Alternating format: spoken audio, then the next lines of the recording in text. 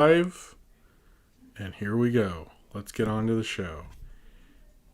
Hey, what's up? It's Jim, and this is Movie Crap Live.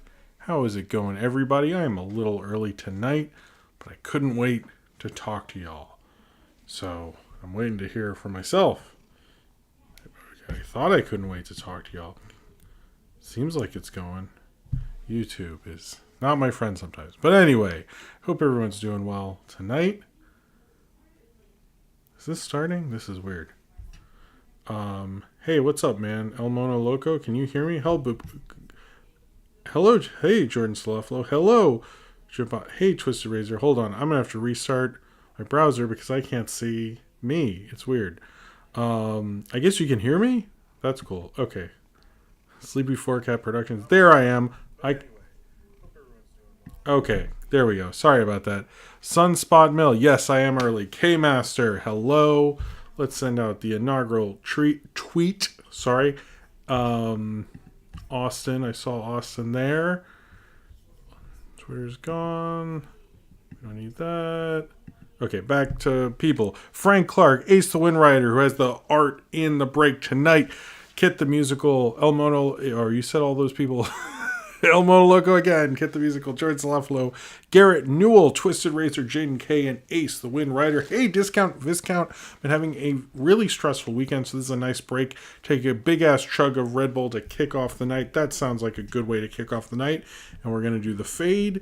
And here we are. We're in the classic Movie Crap Live studio, I guess. Although this was not the first play. We did it in the other place, but I guess we're just more used to the other place now. But thank you. Hey, Paleo's here. Another who's going to be on later in the show as well. Riza Lolita there. Discount Viscount. I'm glad you're here. And cheers to you. Happy Red Bulls to all. And thank you very much for the super chat. The first super chat of the night. Nathaniel Foga, how you doing? Paleo Steno. Famous film Twitter account. Paleo Steno. Zodberg is here. Sorry, Paleo. Man, Paleo, that tweet. I could not stop seeing that tweet as someone who probably follows more film Twitter people than anyone. I was like, God damn.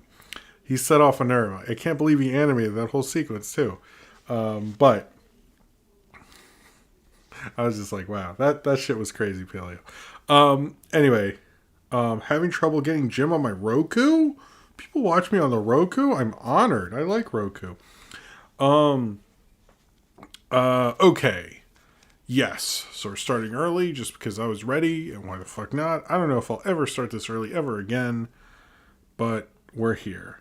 Yeah, Paleo was like destroying film Twitter this week. I don't know.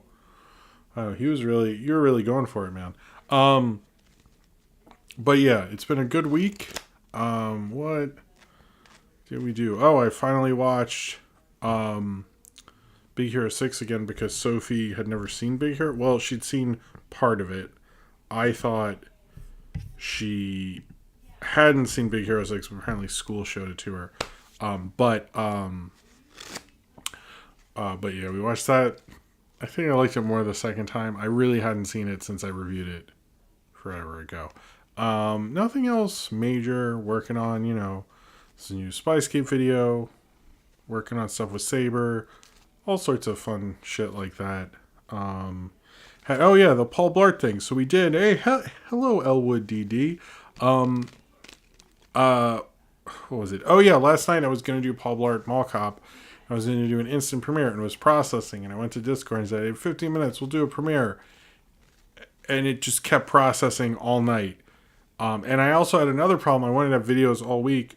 And my Judas and the Black Messiah video needed a little more time. But Judas and the Black Messiah will actually just come out on Monday.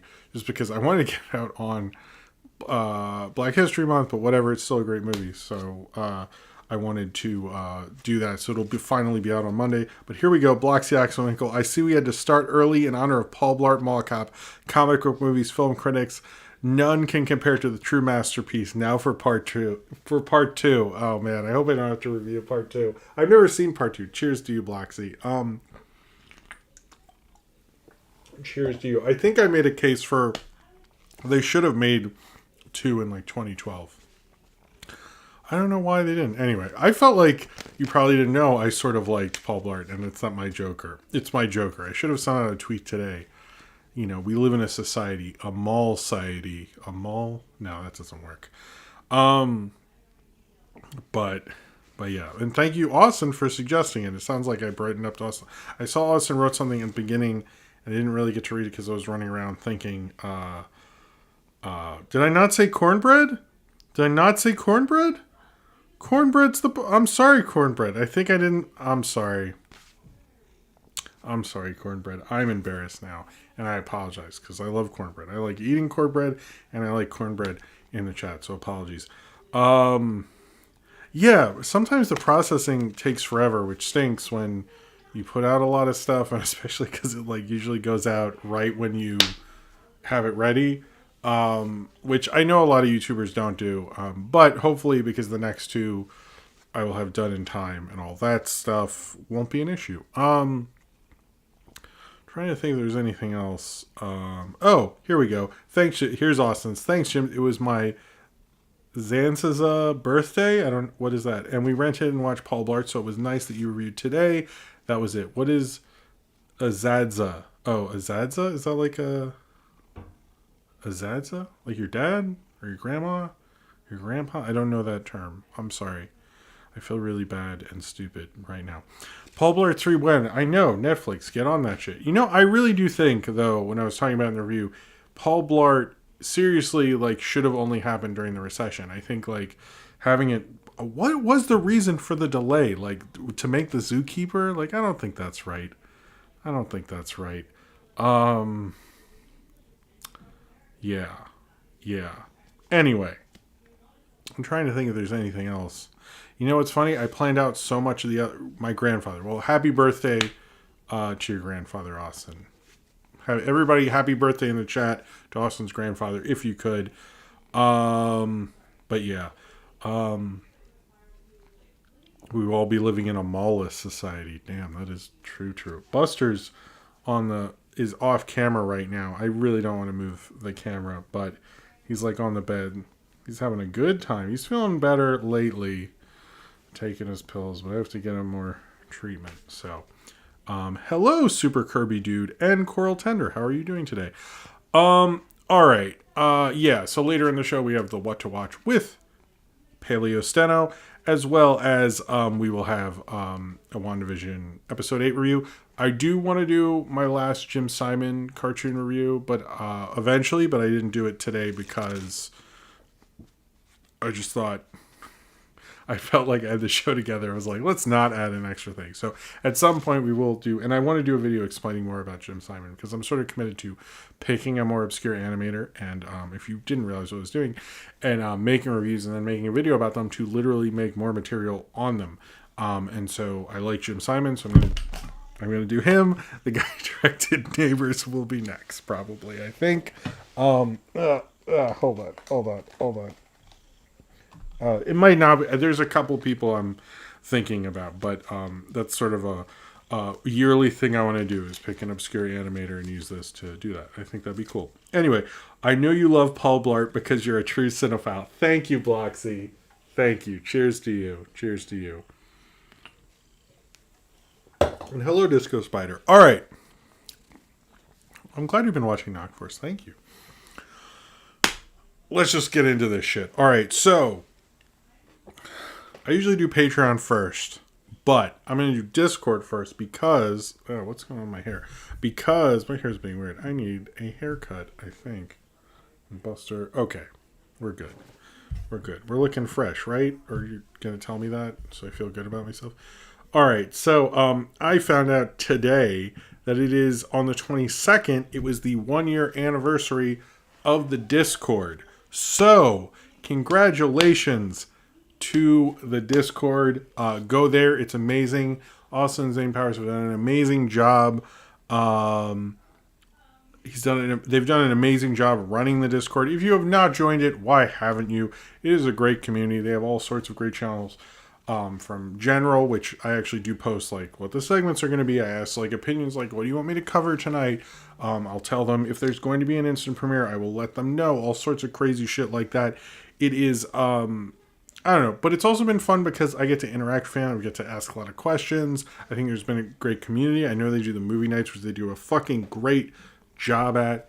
It is a great community. I like visiting it. I'm sorry if I don't get to do it every day. I try to keep up to it with a full-time job and a kid and cats and I'm sure a wife and all these things. I don't want to list them off because I'll get stressed out. But sometimes I can't. But I'm glad that everyone who's in this chat and enjoys my stuff and everything like that can have somewhere to hang out and chill and ask questions and all that stuff. So thank you to Austin and Zane Powers for making the Discord. Thank you everyone who's made that such a community and has been as cool as it is. We really have a really great community.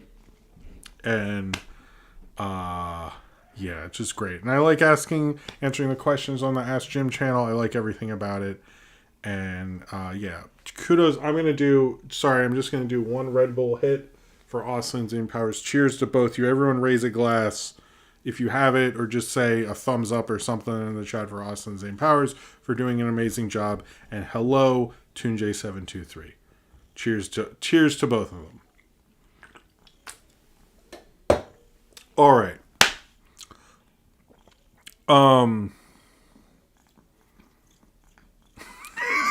Zodberg said, people who join us for the live chat but aren't the Discord are posers. I am gatekeeping, Jim.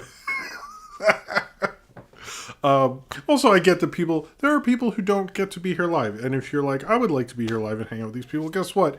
We're always hanging out there. So if you don't feel like, for real, we like people coming on. So all that stuff. Okay, so here we go. So if you enjoy my content and stuff, if you enjoy my content and my videos and everything that I make, let me do that all over again. Okay, everything I make and all my content is supported by viewers like you, either through the Patreon, which is linked below in the description, or through Super Chats during the show. I very much appreciate if you're financially able to do so. The Patreon has all sorts of features like postcards, which I've mailed out but need to do a postcard post about. Exclusive content like my commentary series where I'm going through all of Knockforce and Cletus the Fetus. I'm going to have a commentary video this week as well. You'd use Skype calls, more power in the movie review vote, suggestions in the movie review vote, questions later in the show when I do the Patreon questions section. All sorts of cool stuff like that, and it's a great way to support me and support this show and all the content, everything like that, as well as Super Chats where I'll give you an amazing swig of Red Bull and read out what you said. And thank you very much if you are able to do so. If you are not, and you just like chilling and watching the show, just liking, giving a thumbs up to this video, giving a thumbs up to one of my videos for 2013 for no reason, I don't care. As long as, if that always helps in search and everything like that, and subscribing. And actually, you might want to start hitting notifications because I'm doing more instant premiere type things. Not for every video. There's videos I'm proud of that I don't do it for. It's more the ones that'd be a little more fun to chat during, and things like that. I think I'm going to do one on Tuesday for Tom and Jerry. I would like to do Close Enough Season 2 on Friday. We'll see if I get to it. If I get to it about that. Hey, Purple Goop, how's it going? And hey, Sinram, sorry if I missed you there. But yeah, it's good to do all that stuff, and your support is and thank you very much for doing that. But if you just want to watch it, and even liking a video is too stressful for you, then that's totally cool. I totally get it. Thank you for just watching. If you're watching and you've never commented or subscribed or liked anything, thank you for being here. I really do appreciate it. Thank you so much. And I actually think I have really good I think I have really great viewers, and thank you very much for watching. I very much appreciate it. And for any support that you are financially able to do so is appreciated all the way. Anyway, I think we're all being complimentary tonight, which is very nice. All right, let's get to I've noticed it's like a Pokemon thing. Oh yeah. So is it the Pokemon 20th anniversary thing? I got some okay, I should have prepared this. I'm not prepared this. There's a picture of me. You know what? Fuck it. Let's do this live. I was at the 10th anniversary of Pokemon. Yes, for real. And I have proof, motherfuckers. It was not the 10th, really. If today's the 20th, Okay, well, I was at a Pokemon event, an anniversary Pokemon event. Sorry, I just remember this. Hold on. Paleo Steno, infamous film Twitter account Paleo Steno. I'm sorry. With Generation 5 of My Little Pony being revealed this week, do you think they will have Apple Clumps as a main character? Oh, Paleo, cheers to you. Of course they're going to have Apple Clumps. How could they? Apple Clumps is the greatest character. I mean, I think it was AC Race Best who said without Apple Clumps there would be no My Little Pony fandom. I believe he said that once, maybe. I forget. But anyway, yeah. I don't know what MLP is going to do without Apple Clumps. I will definitely get to, I was going to get to... Anyway, so today's the 25th. Okay, so I was at the 10th. That makes sense. All right, hold on. This is what happens when people don't set things up and remember things they were thinking about doing, and they remember them real late.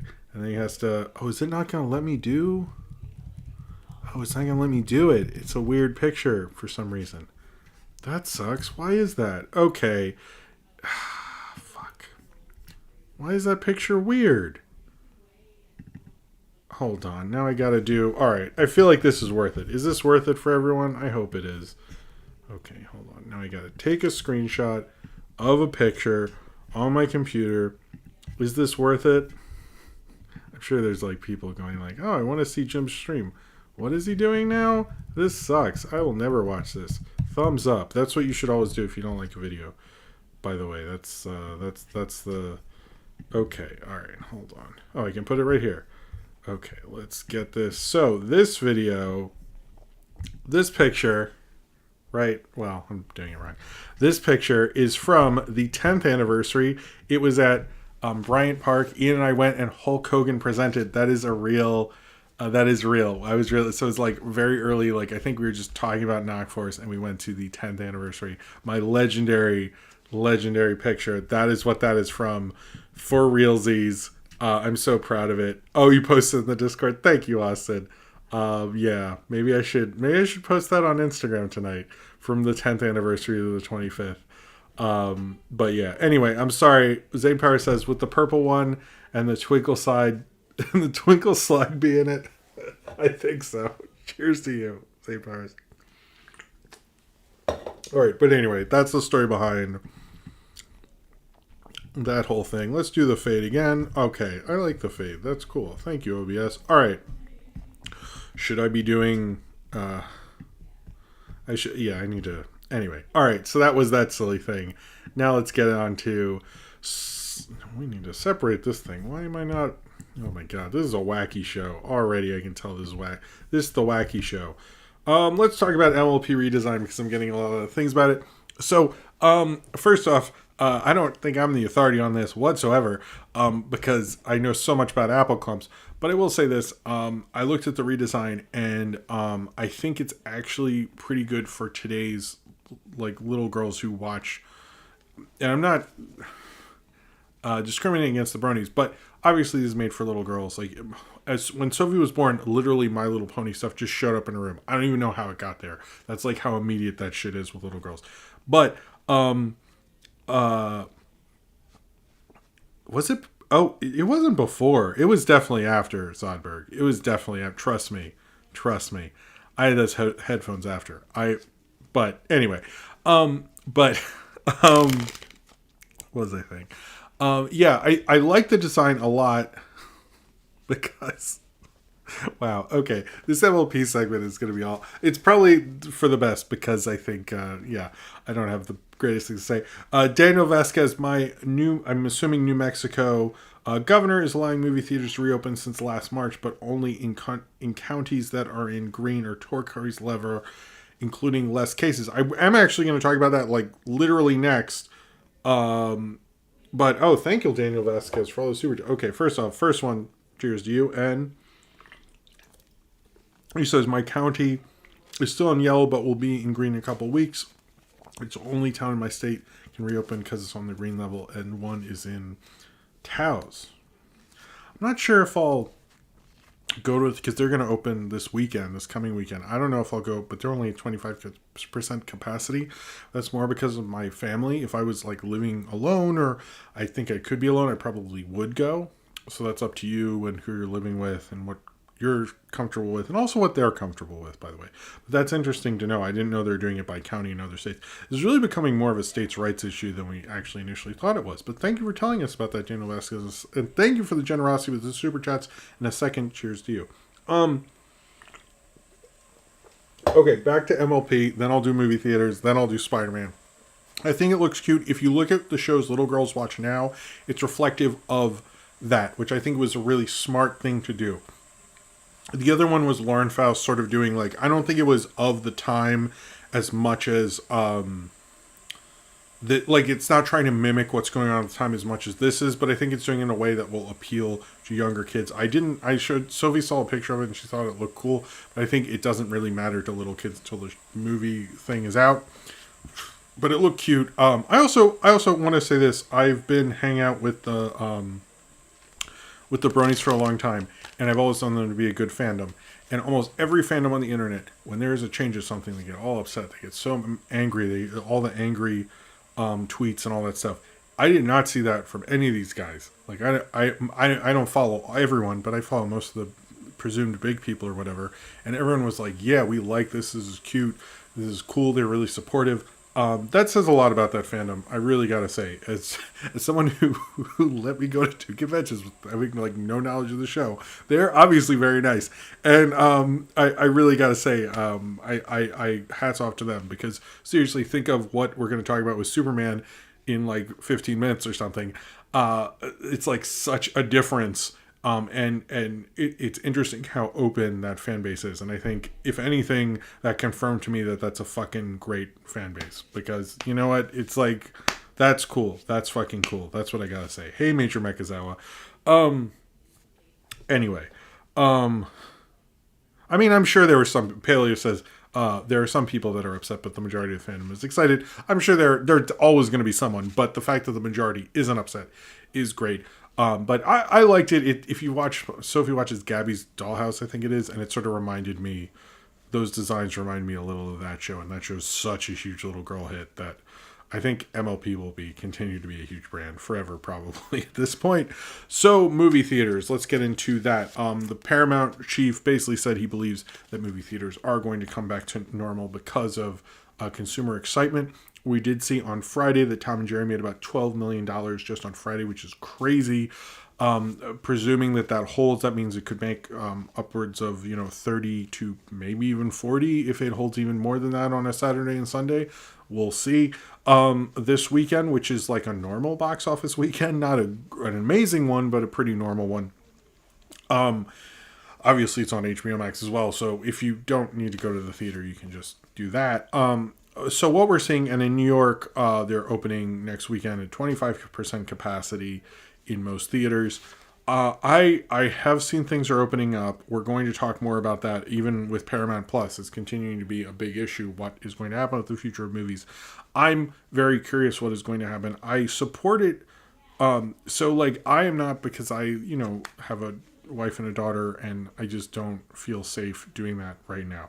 But I think if, like, I've talked to people who like live alone or just have roommates or like anything like that, here is my only recommendation. Hello, Mandela Butterfly, is this: if you are going to go to movies, please wear a mask. I would say wear it all the time. I would like you to wear 2 masks, but either way, please do this when you get home. Just like get a shower. Just I've talked to people who are frontline workers during the pandemic, during the worst part of it, and almost all of them had like either a bag or something, or a way to like take off all their clothes, put them in a bag, get like a quick rinse off kind of shower, and then go about their day. It's a great way to disinfect yourself, specifically if you're going to be in a theater. I'm just going to say that now. Please do that. I'm fine if you go to the movies, if you're responsible and safe, and let's like try to stop the spread of this thing. We all want to go back to the movies. It's going to be, I think, in maybe next week or something, my year. It'll be a year since I've been to a movie theater, which is insane to me. But I'm serious about like yeah, please do stuff like that. But it looks like more things are opening up. There's certain excitement. Black Widow's not moving. Cruella didn't say it's going to be on Disney Plus. So we're seeing changes. We'll see where this goes on that. So Spider-Man, we find out that it's going to be called Spider-Man No Way Home after all of the different titles from different cast members who have social media followings and all that stuff. Even Zendaya's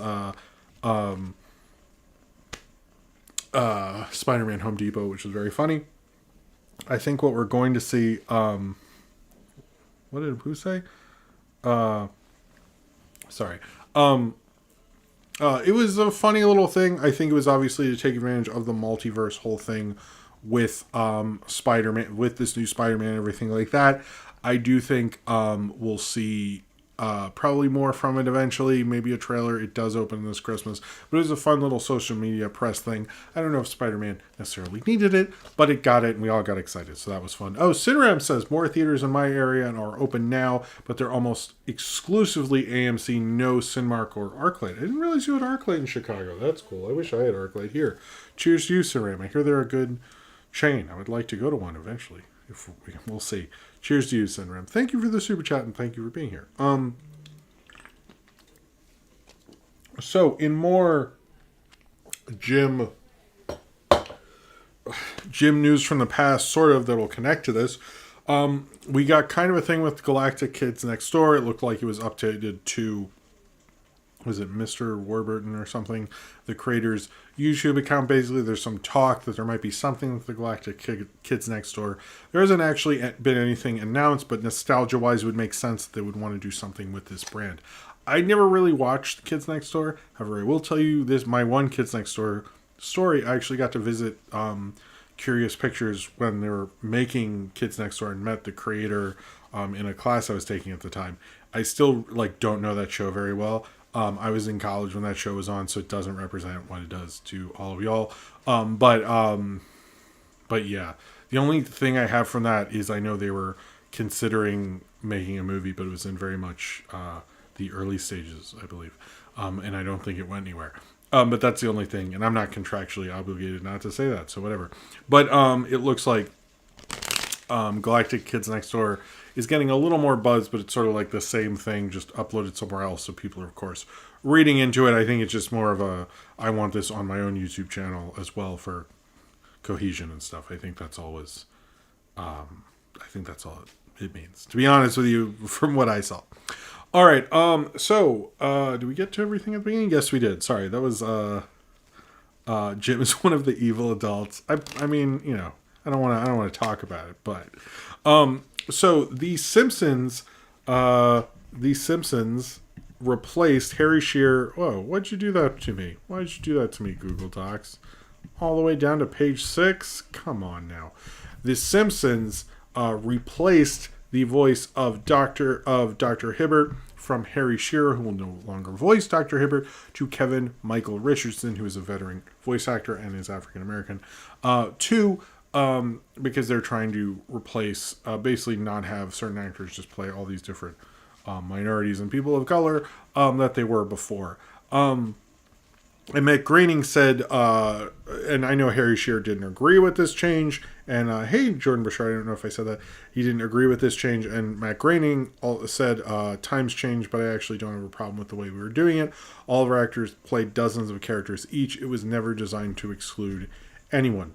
So here's the thing about all that, and my feeling about that in general, is it's like, I agree, and there is a rich tradition. Okay, let me say, I agree with part of it, but not the whole thing. Let me just say that before you get upset at me. Because I agree that there was a rich tradition of actors basically being able to play like any role, and that was like a very rich thing, and like they're actors who can do a million different voices, and that's such a great talent. Here, however, here's the thing.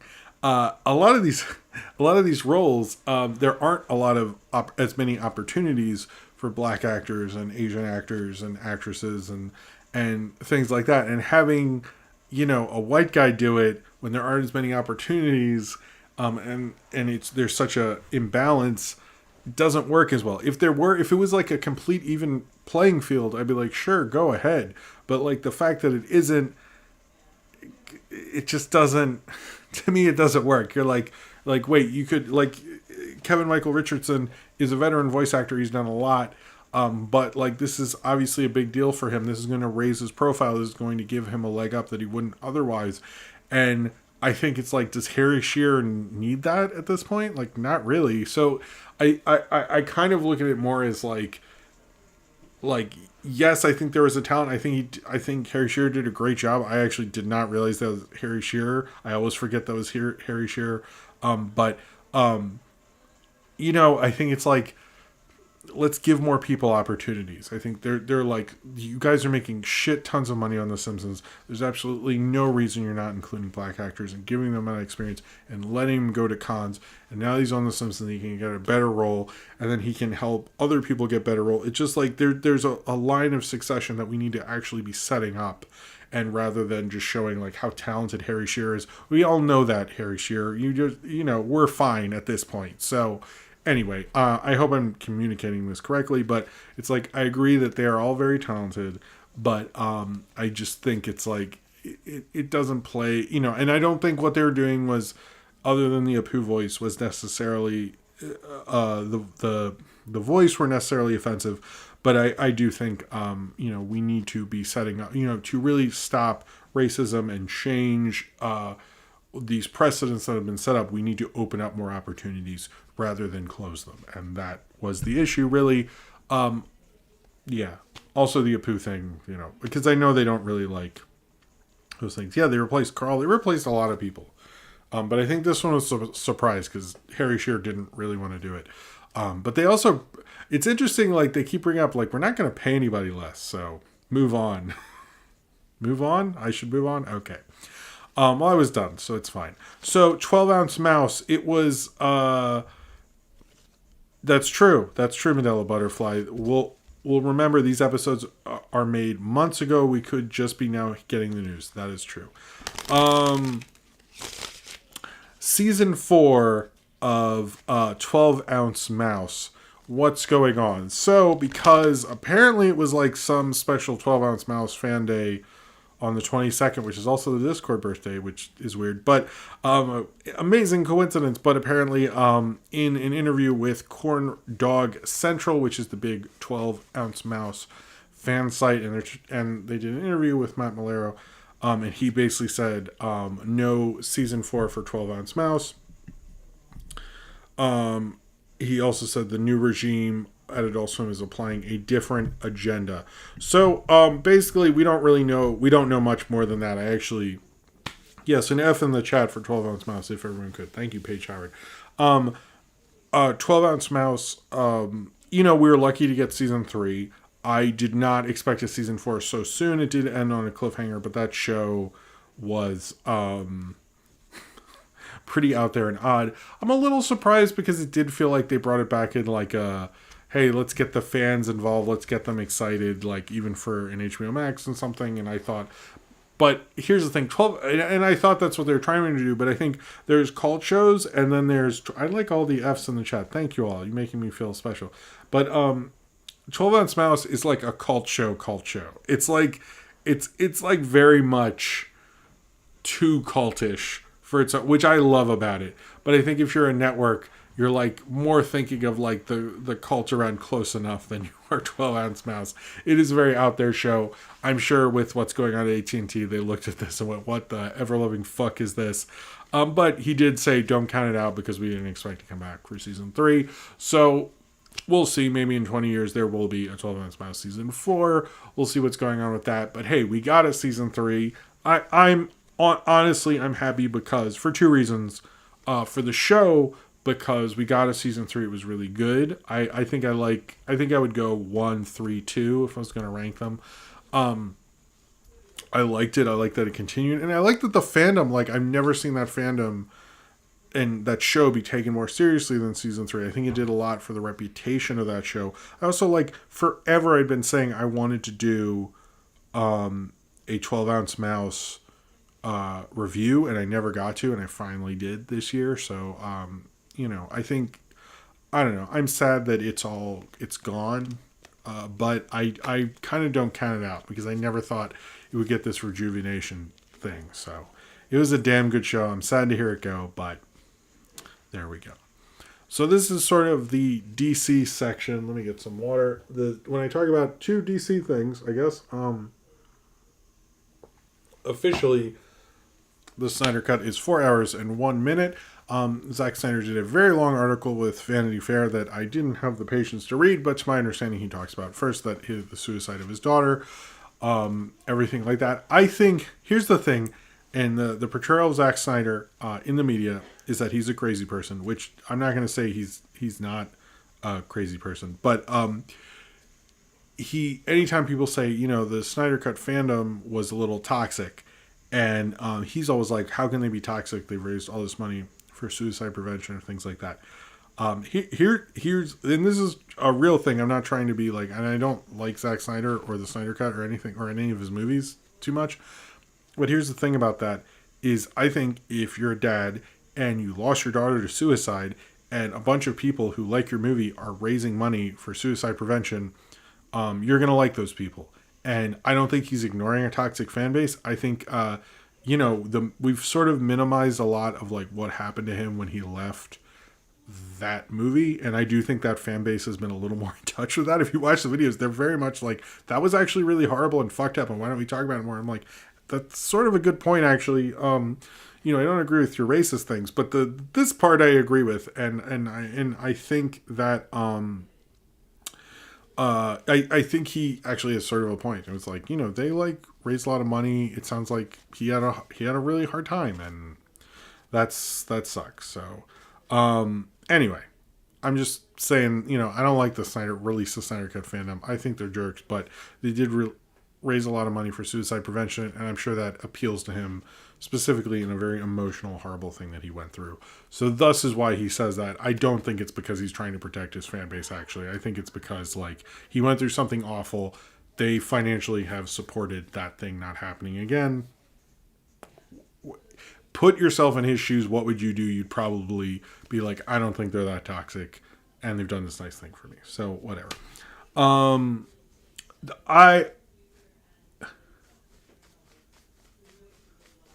No, I'm not saying they're good people. I'm not saying... Cornbread brings up a good point. I repeat this every time this is brought up. Doing a thing does not make you a good person, but I do agree with the point you are making, Jim. What I'm saying is more targeted at the fans. That's true. What I'm saying is more, let's look at it from his perspective. From my perspective, they do a lot of awful things. But from his... I'm saying... I'm more addressing from his perspective. That's all I'm saying. But Cornbread, I agree with you. All right, so the other DC thing. Sorry, I know that was a weird tangent, but it just occurred to me when I was actually reading that quote. That's all. I'm just saying Zack Snyder's thing. I'm not defending the Snyder Cut. Trust me. But J.J. Abrams. It has been announced that J.J. Abrams and Natasi Coates, I believe that's how you say his name. I actually looked it up, and in multiple interviews, people say his name different times, which is very confusing because he does not correct them. Natashi Coates, I believe, is writing a Superman movie that is being produced by J.J. Abrams. Now, what is the deal with this? Because everyone's saying there's going to be a black Superman. What I've noticed about this story is I reread this... the articles that were published by Hollywood Reporter, Variety, and Deadline. And I looked through them, and I noticed in none of them it says anything about a black Superman. Where did we get this from? Because if you look up this article, this on YouTube, it's a whole lot of people getting upset that how can Superman be black? And like, no, I'm not racist, but here's my explanation, that super racist thing. That's not what I'm saying. It does indicate that there's a possibility this is a black Superman. Many of the reporters who reported on this story in tweets said they very much think it is a black Superman. In the articles themselves, they didn't do that, which is sort of interesting. Makes me think WB has not made up their minds, or that this is not this is not what we think it is, possibly. There's some doubt in my mind on what's exactly going on. Also, I don't think if it is a black Superman, I don't want J.J. Abrams directing that, but that's a whole other thing. So, but I did look into this, and it does seem that in the official articles for the trades, they're not saying that. that's, and I've heard some people say it was in there on Friday and then they edited it out Saturday, which makes sense. The studio's like, we're not fully saying that. And it is true. Michael B. Jordan did approach WB with a Black Superman thing. There has also been talk that he might be talked about with this. What I think might be happening is there's a couple things going on. Is just because Natasha Kos is involved in this, I think people are thinking it's a Black Superman, which is like, okay, that's sort of like the whole thing, like, like people got weird that Spike Lee would work with white, would make a film with white actors and stuff, and how crazy that is. And I think there's some like weird racist things in there, but as of right now, we don't know. It is true, and I tweeted this, that Muhammad Ali, and Frank Clark saying it as well, was on the casting list for the 1970s Superman. They've always been considering black actors for Superman WB. So this is not like really out of the ordinary at all. It's always something. They're like, well, we're casting Superman. Let's like what black actors are out there. It's always something at the back of their mind. They're always bringing up on casting for Superman movies. So this is actually not too different. The fact that they're maybe committing to it a little bit more, I think they also don't know what to do with Superman, and they had a huge $500 million deal with J.J. Abrams to be introduced into Warner Media, and I think when they did that, they obviously want him to take on a major property, and a lot of people thought that would be Superman. I think that's within the realm of possibility, but again, right now, he is still producing. And if it is a Black Superman, please do not get J.J. Abrams. Dear God. But we don't really know. And we don't know if the Black Superman is Clark Kent as a black man. It might actually be like there is a different Earth multiverse Black Superman. So it might be that guy. We don't know anything about this. We literally don't. So it's like we know so little. Here's what we know. This guy's writing it. Natasha Kos is writing it, and J.J. Abrams is producing it. That's all we can really say. That's all anyone wants to go on the record for. That's it. That's it. Everything else is conjecture and taking, which I think people do, and I totally get why they're saying that, and it does seem like something they would do. But if anyone is wondering, that is the full thing. For that. So, but I think it is a real possibility. I think it's something to consider, but please do not get J.J. Abrams to direct that. Please, dear God. But again, he's not officially directing it. No one's going on the record except for two people. So I get why people think that, but it's not the home run people are thinking is. I think everyone just got overzealous. Clownfish TV and the quartering. Are they called the quartering? God, that guy's awful. Is Brie Larson Shaq? Jesus. All right. Anyway, I really wasn't defending the Snyder Cut people. Just defending why Zack Snyder thought that way. That's it. Anyway, I feel like that was maybe not a moment. I hope that came across. All right. Let's get into other things. The quarter pounder. Netflix has announced they are making a Terminator anime series. That's actually all we know. We don't know like what they're going to do with it, what the version of it's going to be. If it's going to be the future, the past, time traveling, whatever. We don't know. But that actually sounds like a cool idea. It sounds like a cool way to take the franchise. That's all we know right now. I would like to know more of a take, but it sounds like a good deal for Netflix because I don't think I'd be very interested in anything Terminator anymore, although Terminator Dark Fate was actually way better than I think anyone thought it would be. But I think it's the only way I'd be interested in anything Terminator again, because like how many times can you do this? Oh, Arnold's back. Oh, Linda Hamilton's back. Blah, blah, blah. This actually makes me interested in that.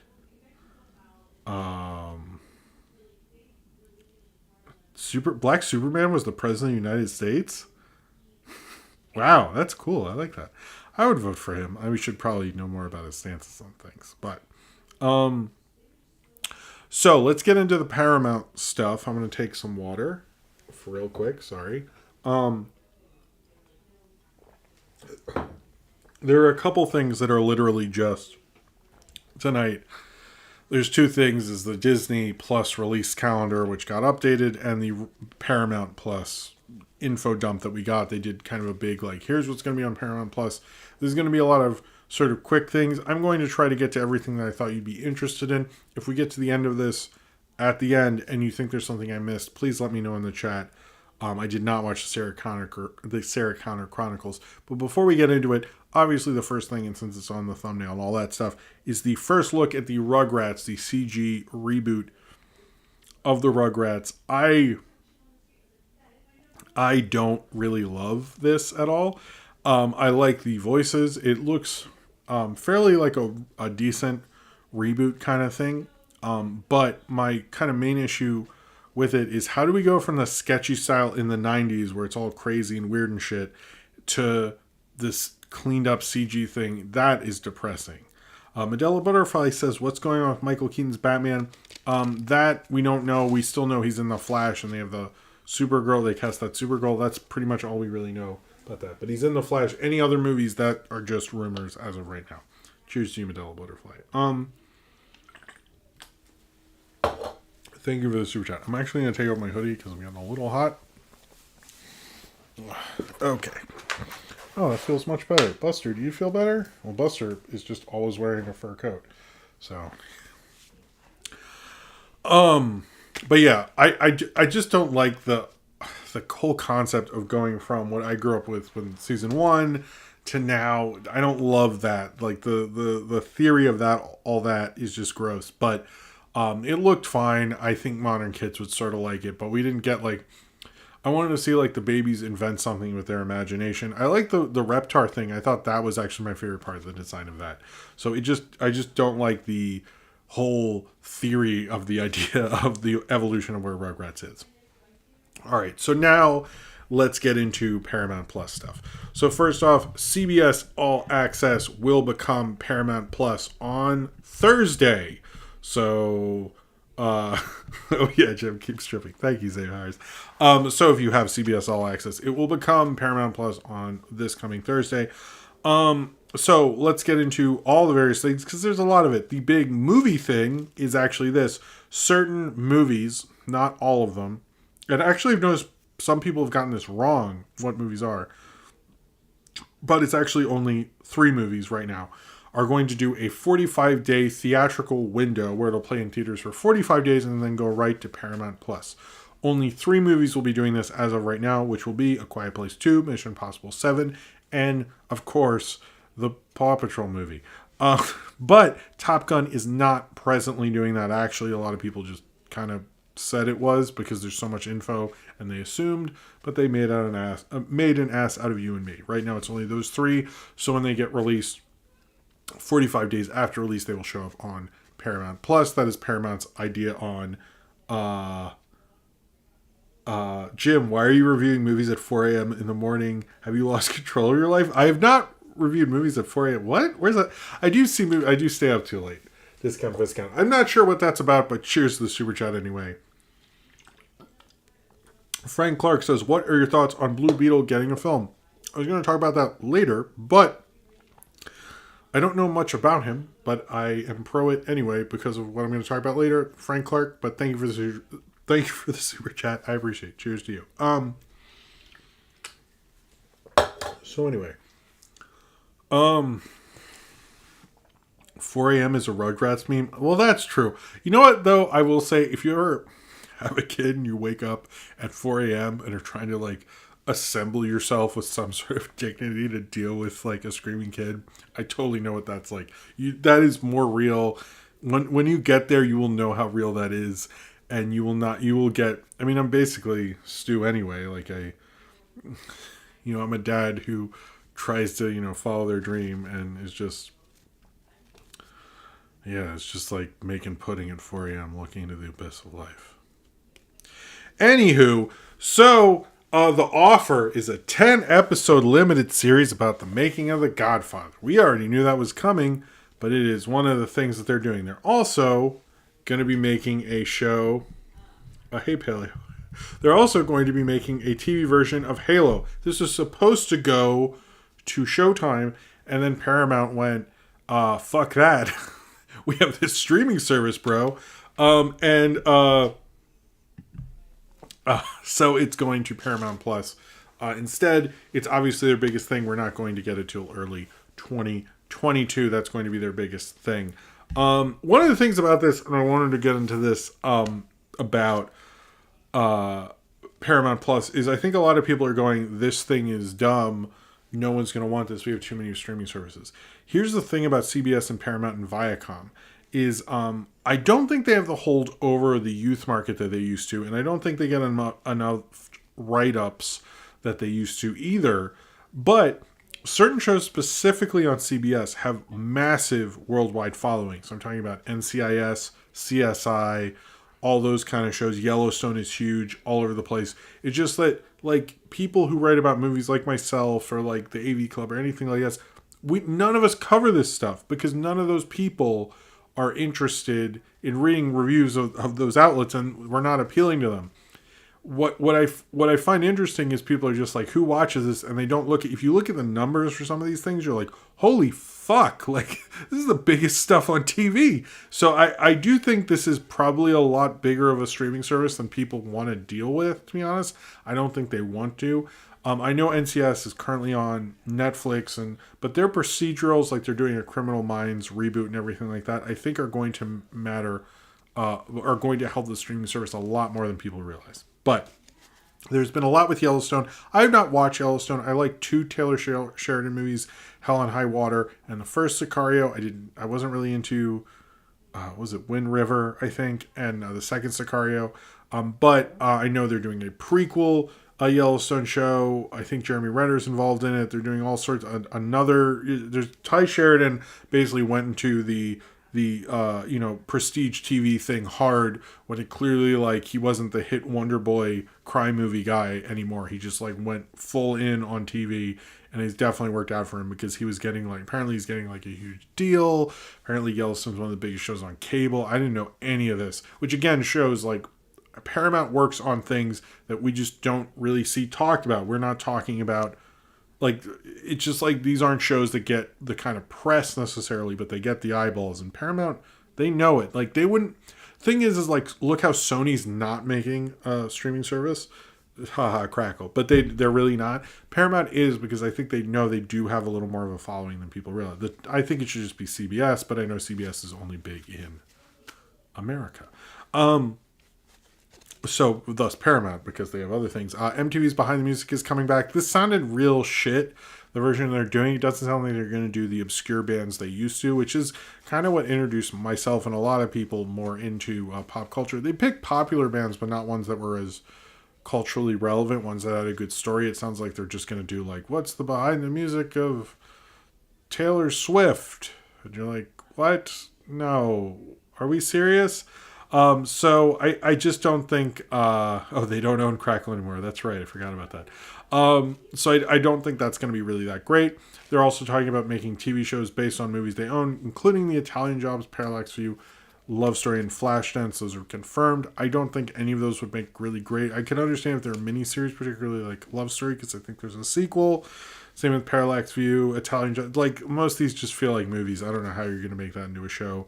Any of them. They are making a TV movie version of The Man Who Fell to Earth, starring Chiwetel Ejiofor, the really awesome David Bowie movie. A Nickelback Behind the Music. Sadly, I would watch that. And then Landman is also coming, a Michigan-based incarceration industry drama about the mayor of Kingstown. That sounds all right.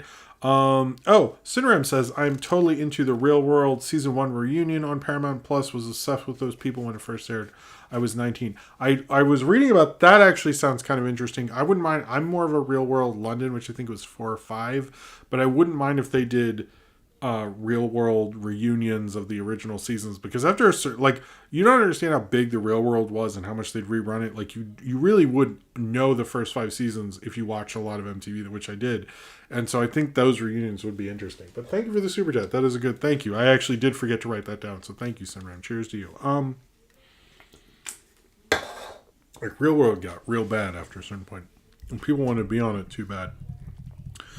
Rugrats, we already talked about. There's going to be a revival of Frasier we knew about.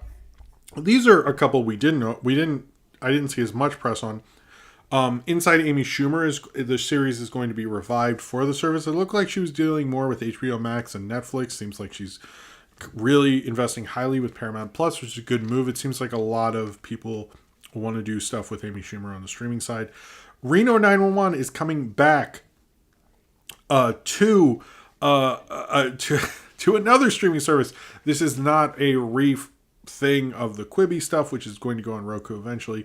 This is a supersized event, is what they're calling it. It's called Reno 911, The Hunt for QAnon. I don't know what that means, but they're going to be doing a supersized special of Reno 911. That sounds cool to me. I like the Quibi show a lot, actually, as you can tell from my review. But it's cool that they're coming back. I wouldn't mind if they did like little specials and things like that if they wanted to. There's also the Workaholics movie, and Grease, The Rise of the Pink Ladies. That is a real thing. What's going on with Beavis and Butthead? Well, there's going to be a new original movie straight to Paramount Plus, which will then lead into the show. Some people decide to cover the show. Some people decided to cover the movie, but we're getting actually both.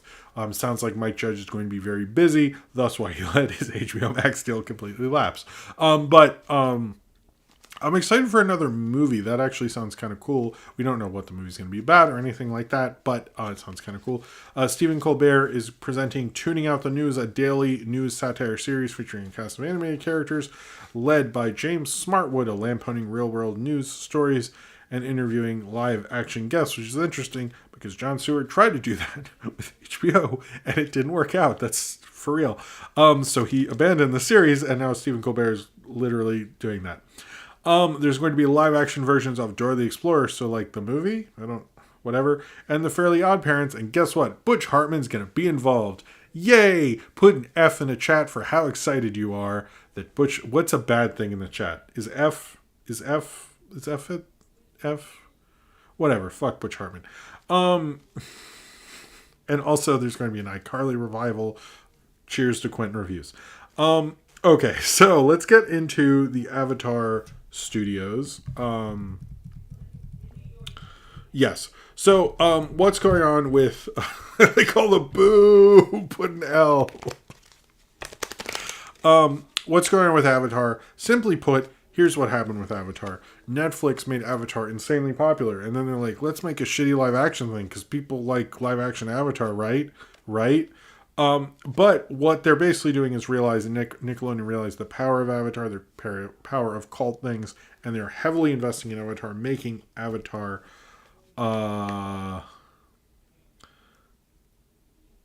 what? Okay. Even though Avatar, okay, blah, blah, blah. Let's start over. That Nickelodeon is heavily investing in Avatar and doing Avatar Studios. I thought you told me the nice guys don't finish last. Well, I guess Butch Hartman's still going, so he isn't a nice guy then? Is that what that meant? I want my money back for O-Axis. I heard all the O-Axis content is going straight in the garbage. Cheers to you, St. Powers. And we're opening the second super chat. It's a Red Bull. This is a wild night. Cheers to you, Austin.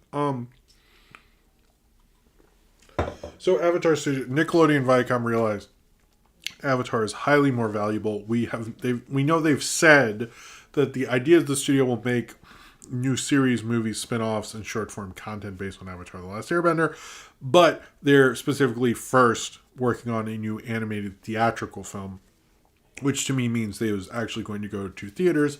They might have the 45-day window, so that way, like, if only the fan base shows up, they at least have that cushion and say, hey, we spent all this money to kind of just announce to the fan base, get them all excited. It doesn't really matter how much we spend on it because you'll come to our streaming service. That's sort of what I think they're doing.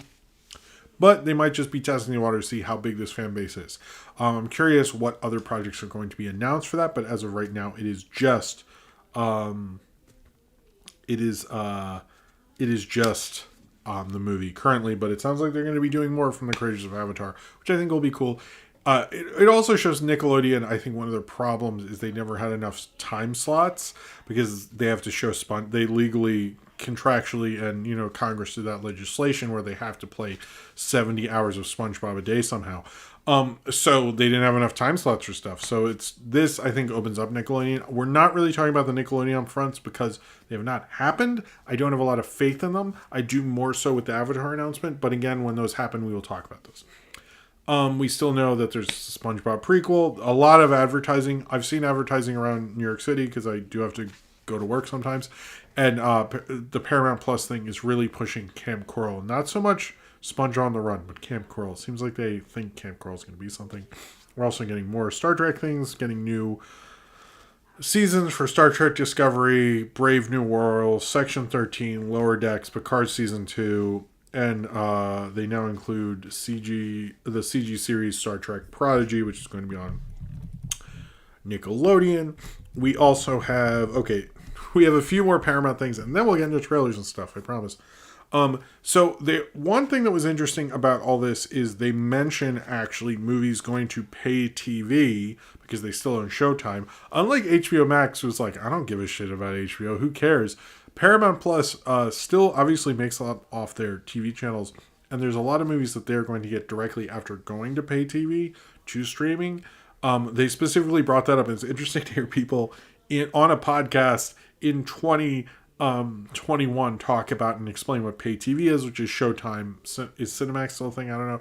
HBO, things of that nature. Zane Power says, don't forget to mention that the creators left the live action series for and have now gone straight to an Avatar thing opposite of Netflix. LOL. Zane Powers, you are right. That is funny that because Netflix made Avatar as big as it was, they tried to make an Avatar show, which they then tried to change, and then they went back to Nickelodeon, who were they disrespected for before, and now we're making a new thing. It is quite funny. Cheers to you, Zane Powers.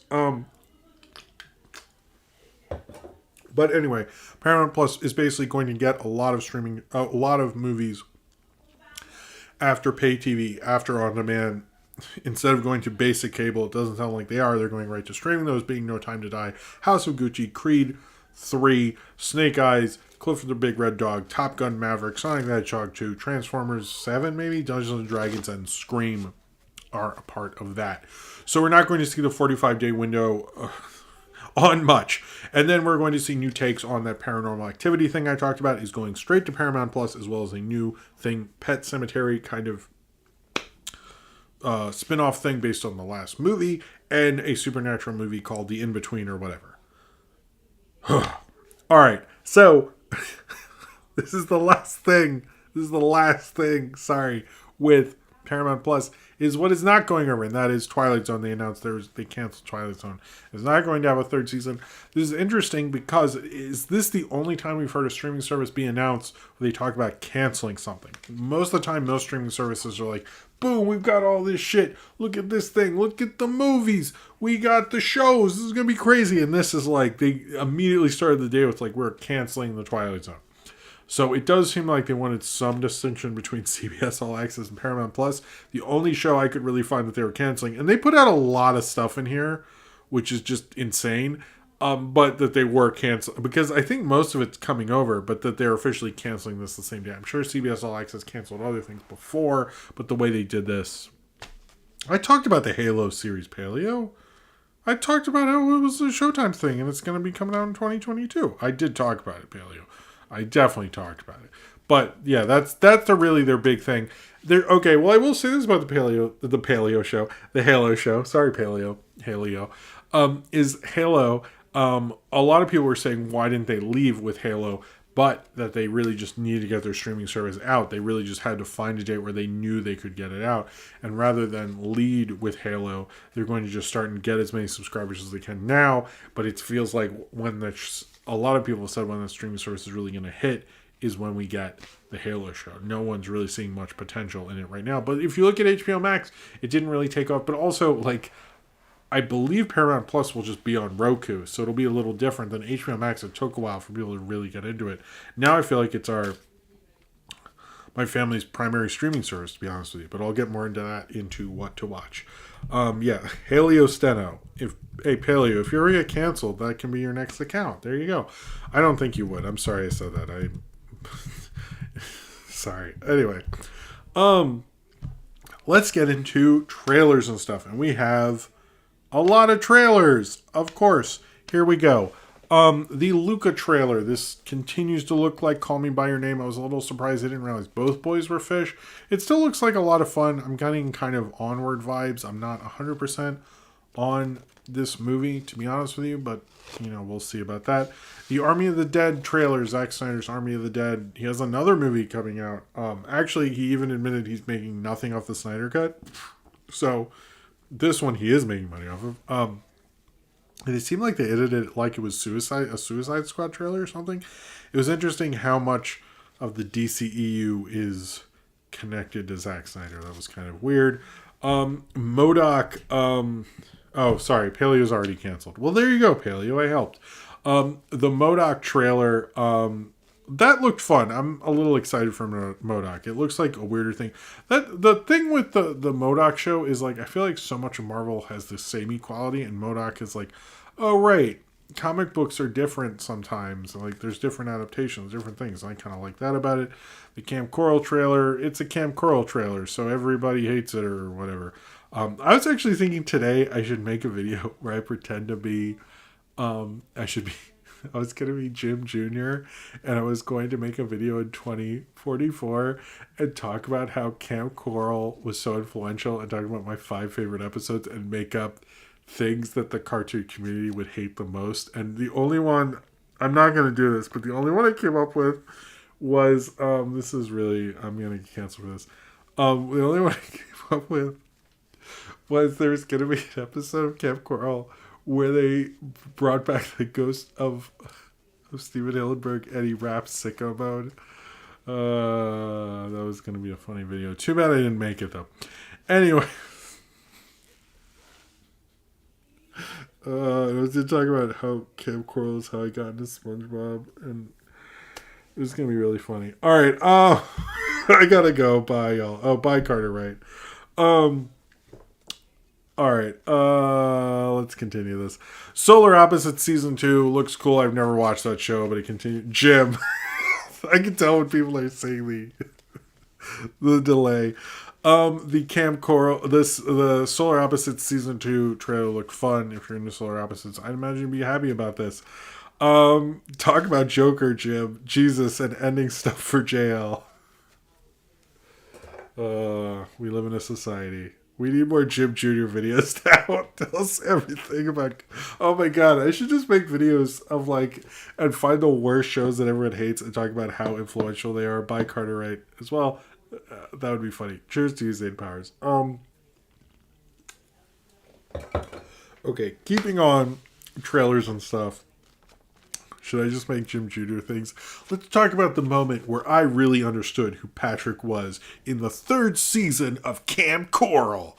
Oh, and I'd have a backwards baseball cap and I'd be nostalgic for the worst things. That would be amazing. I really should do that and just find the worst parts of pop culture and be like, guys, I think we all know when TV hit its peak, when Floribama Coast hit. Anyway. All right, Mighty Ducks trailer, it looked about what you'd expect. Ryan's going to message me later. I'm like, sorry I missed the show. I'm like, don't worry, Ryan. I think it was best you did. Maybe this is a funny one. I hope. Did people leave? People are still here. Jim Jr. is a... Oh, man. Please make this a series. Jim Jr. on Trolls. Oh, my God. I'd be like, Paw Patrol is great. Let me talk about how our police state really got started. We all voted cops into the presidency. Well, I know what I'm trolling next week. Do a Jim Jr. video. And oh, my God. Zane Powers. How did we do that? That was amazing. All right. Cheers to you, Zane Powers. Johnny Test. I have Nick Tendo gave me a Johnny Test DVD. I let someone in my building borrow it. And anytime I help them with something, I always see that DVD. I should. Anyway, Nick Tendo's not watching. If he is, he's going to tell me right now.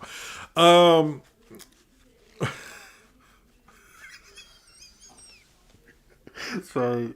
This Jim Jr. thing really got out of control. Cops are president now? The show.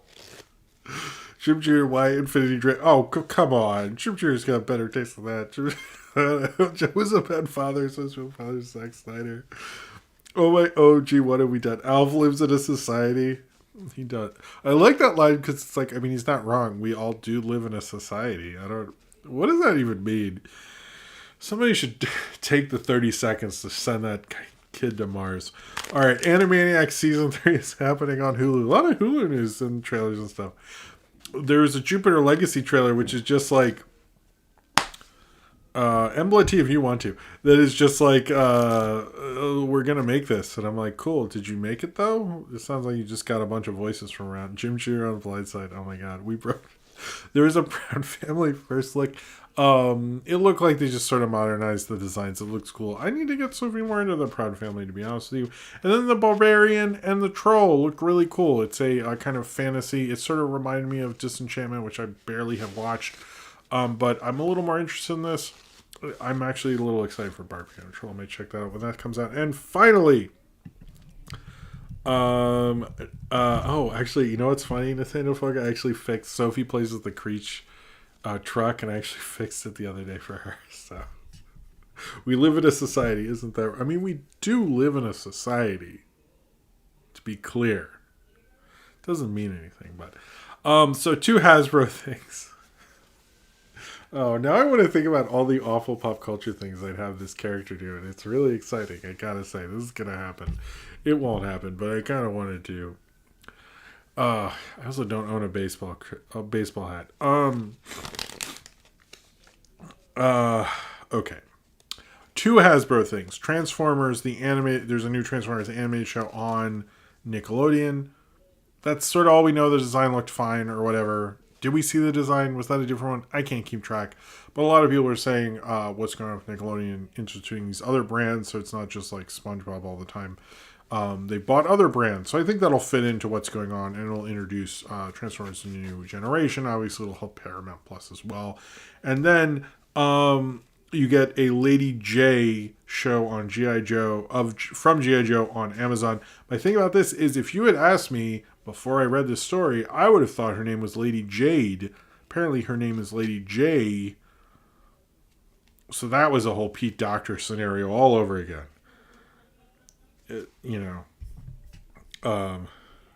There wasn't a design revealed? Okay. See, I didn't think so.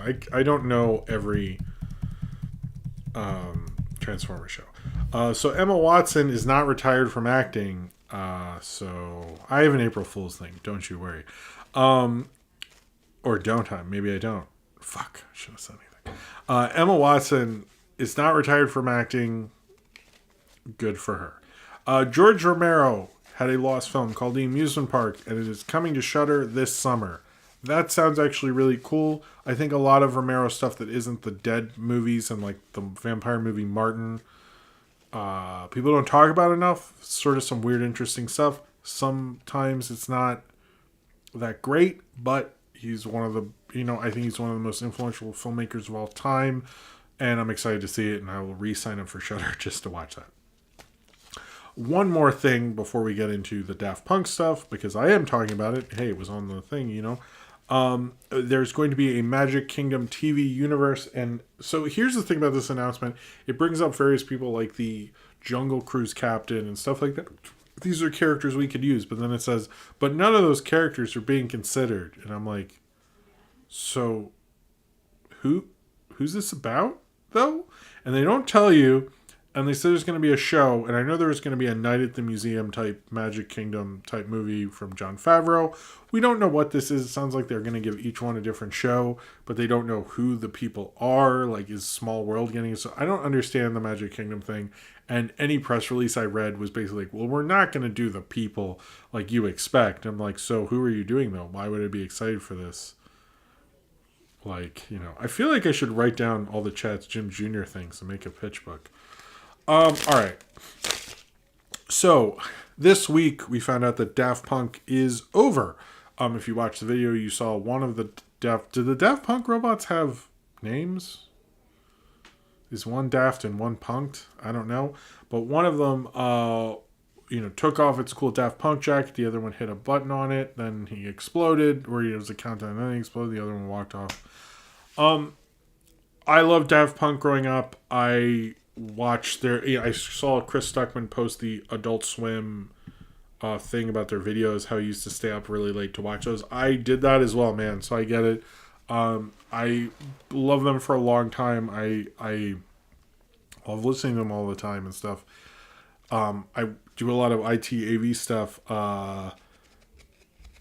And so a lot of people who do that kind of work listen to Daft Punk. So I hear Daft Punk constantly. Will said, wasn't that Magic Kingdom thing dead in the gutter for quite some time? It was, but it's sort of a thing they've considered for quite a long time as well. Cheers to you, Will. Which one's pink? Ha ha ha, Paleo. But I think it's very sad, but I also think we've been hearing so many rumors about there was another album. There was a horror movie they might be doing. There's all this stuff. Hey, Male Tears, you're doing great, big bro. Cheers. Thank you, Male Tears. Thank you. Cheers to you. But I think there's a certain, if you read through all those stories, and I don't know how true any of it was, to me it feels like a group that kind of knew, what else are we going to do? How far are we going to push this anymore? Do we want the brand? Because it's as much as a brand as a band. I think Daft Punk is semi to the Gorillaz, where it's like you can talk about a manufactured band in terms of the Backstreet Boys and New Kids on the Block and stuff, but you can also talk about it in terms of the Gorillaz and Daft Punk, and you can be more creative about it. And I think Daft Punk looked at it as like, these things have a shelf life. Where are we going to go with this? We made, we got a best album. We went farther than anyone has. I don't know why it took them so long to make this decision. Maybe but I feel like they were trying to figure out what to do next, and they couldn't figure it out. There was a lot of talk of like Disney failed Tron Legacy kind of things. That is like very not true, by the way.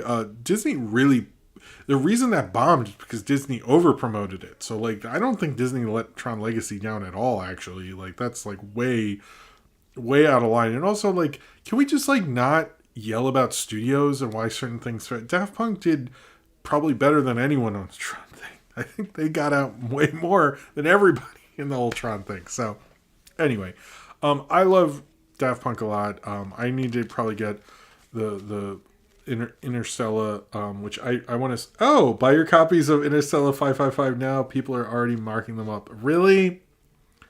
Right when I was saying I need to get vinyl. Damn it, Marley. Why did you have to tell me that now? How's Marley? How are you doing, Marley? Thank you for being here. Cheers to you. Everyone should listen to Unsubbed Heroes. I was listening to them today while I was fixing things. It was nice. They are my Daddy Jim Fixes Stuff podcast, I guess. I don't know. Well, that's every podcast, but they're...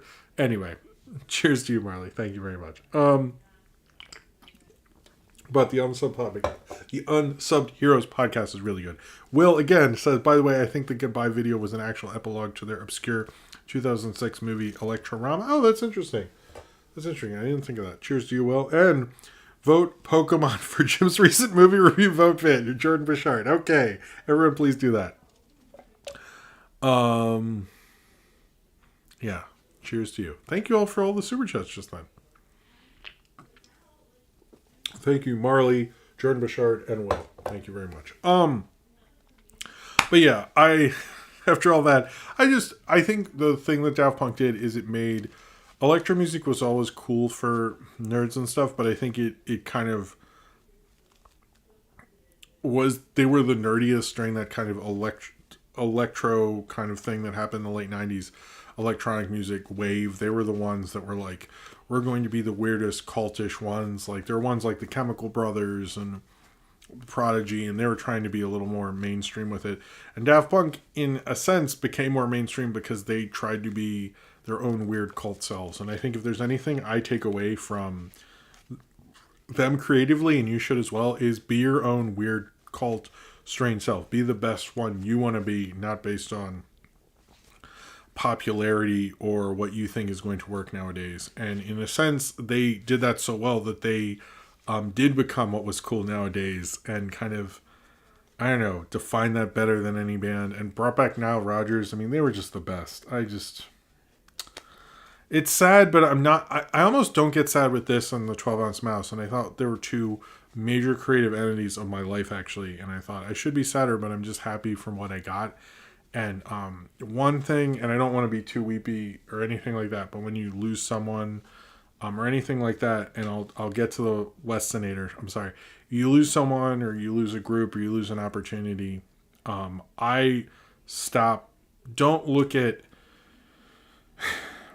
be sad that it won't continue. look at what you achieved from it. Look at what you got and appreciate that, because that is what you should leave and be proud of and be happy with. Don't look down and be sad and like, I think that's a hard thing to feel sometimes, but that's what's helped me through. You know, I grew up in like, you know, a lot of kids in high school I was friends with did not make it out. And I'm just specifically saying, just think of the good times you had and think of the great things you get from those things and the lessons you learned and how you grew as a person through it, and think of that kind of stuff. And to me, it's like, I understand we're talking about Daft Punk and 12 Ounce Mouse, and it's not the same as losing like a human life. But it's like when you lose these things and I see people freaking out and losing it, and I get getting upset about those certain things. But at the same time, like, look at what we had and how awesome that was. Don't be upset at that won't continue, because in a certain point, life will never, ideas and things like that will never go on forever. And it's better to think of what the real humanity is the time we had, of the time that existed of that thing, I guess. I think I screwed the end of that up. Anyway, it's a nice way of seeing things. Yeah. All right. Sorry, the Westonator. I did not mean to ignore you. I was just sort of in a thing. I think I screwed up at the end. The Magic Kingdom show is based on the Society of Explorers and Adventurers, which is an organization tied to the backstories of multiple Disney rides. That is true. That is, well, I have read that, the Westonator. I have read that, but they're not giving very much more than that at this time. But it seems like it's very early days. But thank you very much for the super chat. Cheers to you. Sorry, I got like emotional there. I hope that wasn't. Oh, I'm sorry I made you tear up. I didn't mean to. I'm sorry I got a little too real there. I was just thinking that. It was like, it's sad. You know? Alright, there is going to be a transition. There's going to be a Twisted Metal show. There's going to be a Twisted Metal TV show. Will Arnett is sort of involved, some Deadpool writers. It seems like there's something they're pursuing. I'm assuming because video game stuff is going... I'm assuming because video game shows are bigger on Netflix and things like that, that I think we're going to be seeing more of these kind of properties happen if people have good takes on them. I know they previously tried to make one, but this is the newer attempt. We'll see what's happened from there, but they're doing it. The END, Energy Never Dies, as Black Eyed Peas would say. Cheers to you, Will. The Will I am. See what I did there? Will's never going to talk to me again. All right.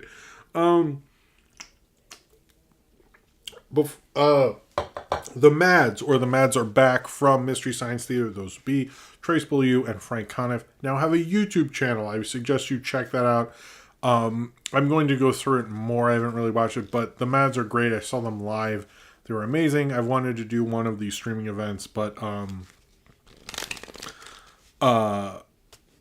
yeah, they have a channel. They have a YouTube channel. They're shorts. They do movies on their live events, which I did a review of their live event that I went to forever ago, and I saw it at Alamo Draft House.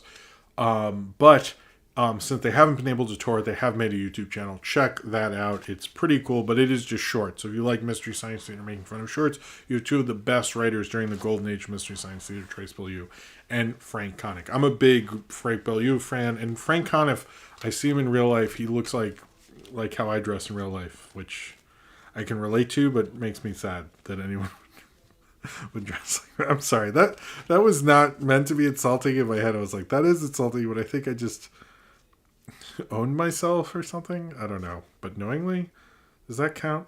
All right. So the director of Charm City, which I should definitely see because I'm from there and just went on a whole thing about it, is doing the Blue Beetle movie. The Blue Beetle is the superhero alter ego that's been used by 3 different heroes, actually, but the film will focus on the Mexican-American teenager, Jamie Reyes, the third character to assume the Blue Beetle mantle. I'm sorry.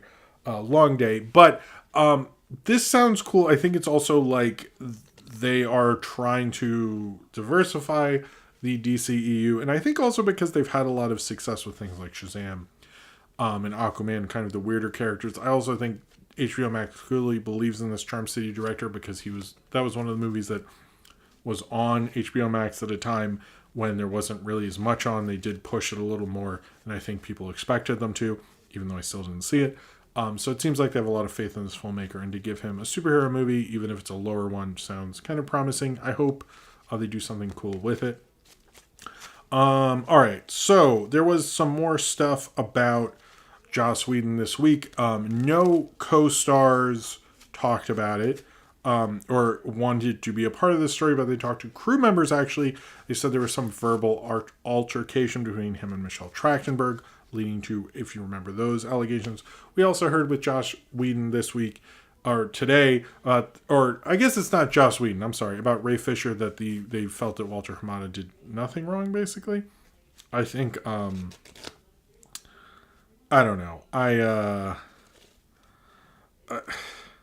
kind of think Walter Hamada did something fucked up. Yeah, this whole, like, the Joss Whedon thing, I think, there seems to be a lot of sources behind. It doesn't sound like Joss Whedon's ever coming back. And it does feel like on the set of Buffy, they very much left him alone completely the whole time. And because he was more willing to do press and was a much more approachable and would actually listen to notes, the Wessonator, you're fine. Don't worry. It's cool, man. It happens. I thought it was a good, you brought up a good point.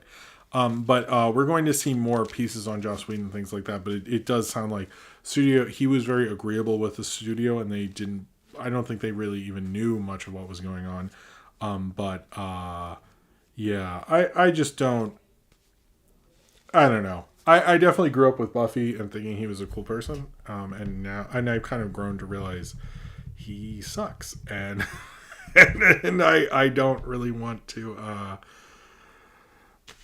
I don't know. You know what's funny? I was thinking about. I remember this is show things that age wonderfully, I guess.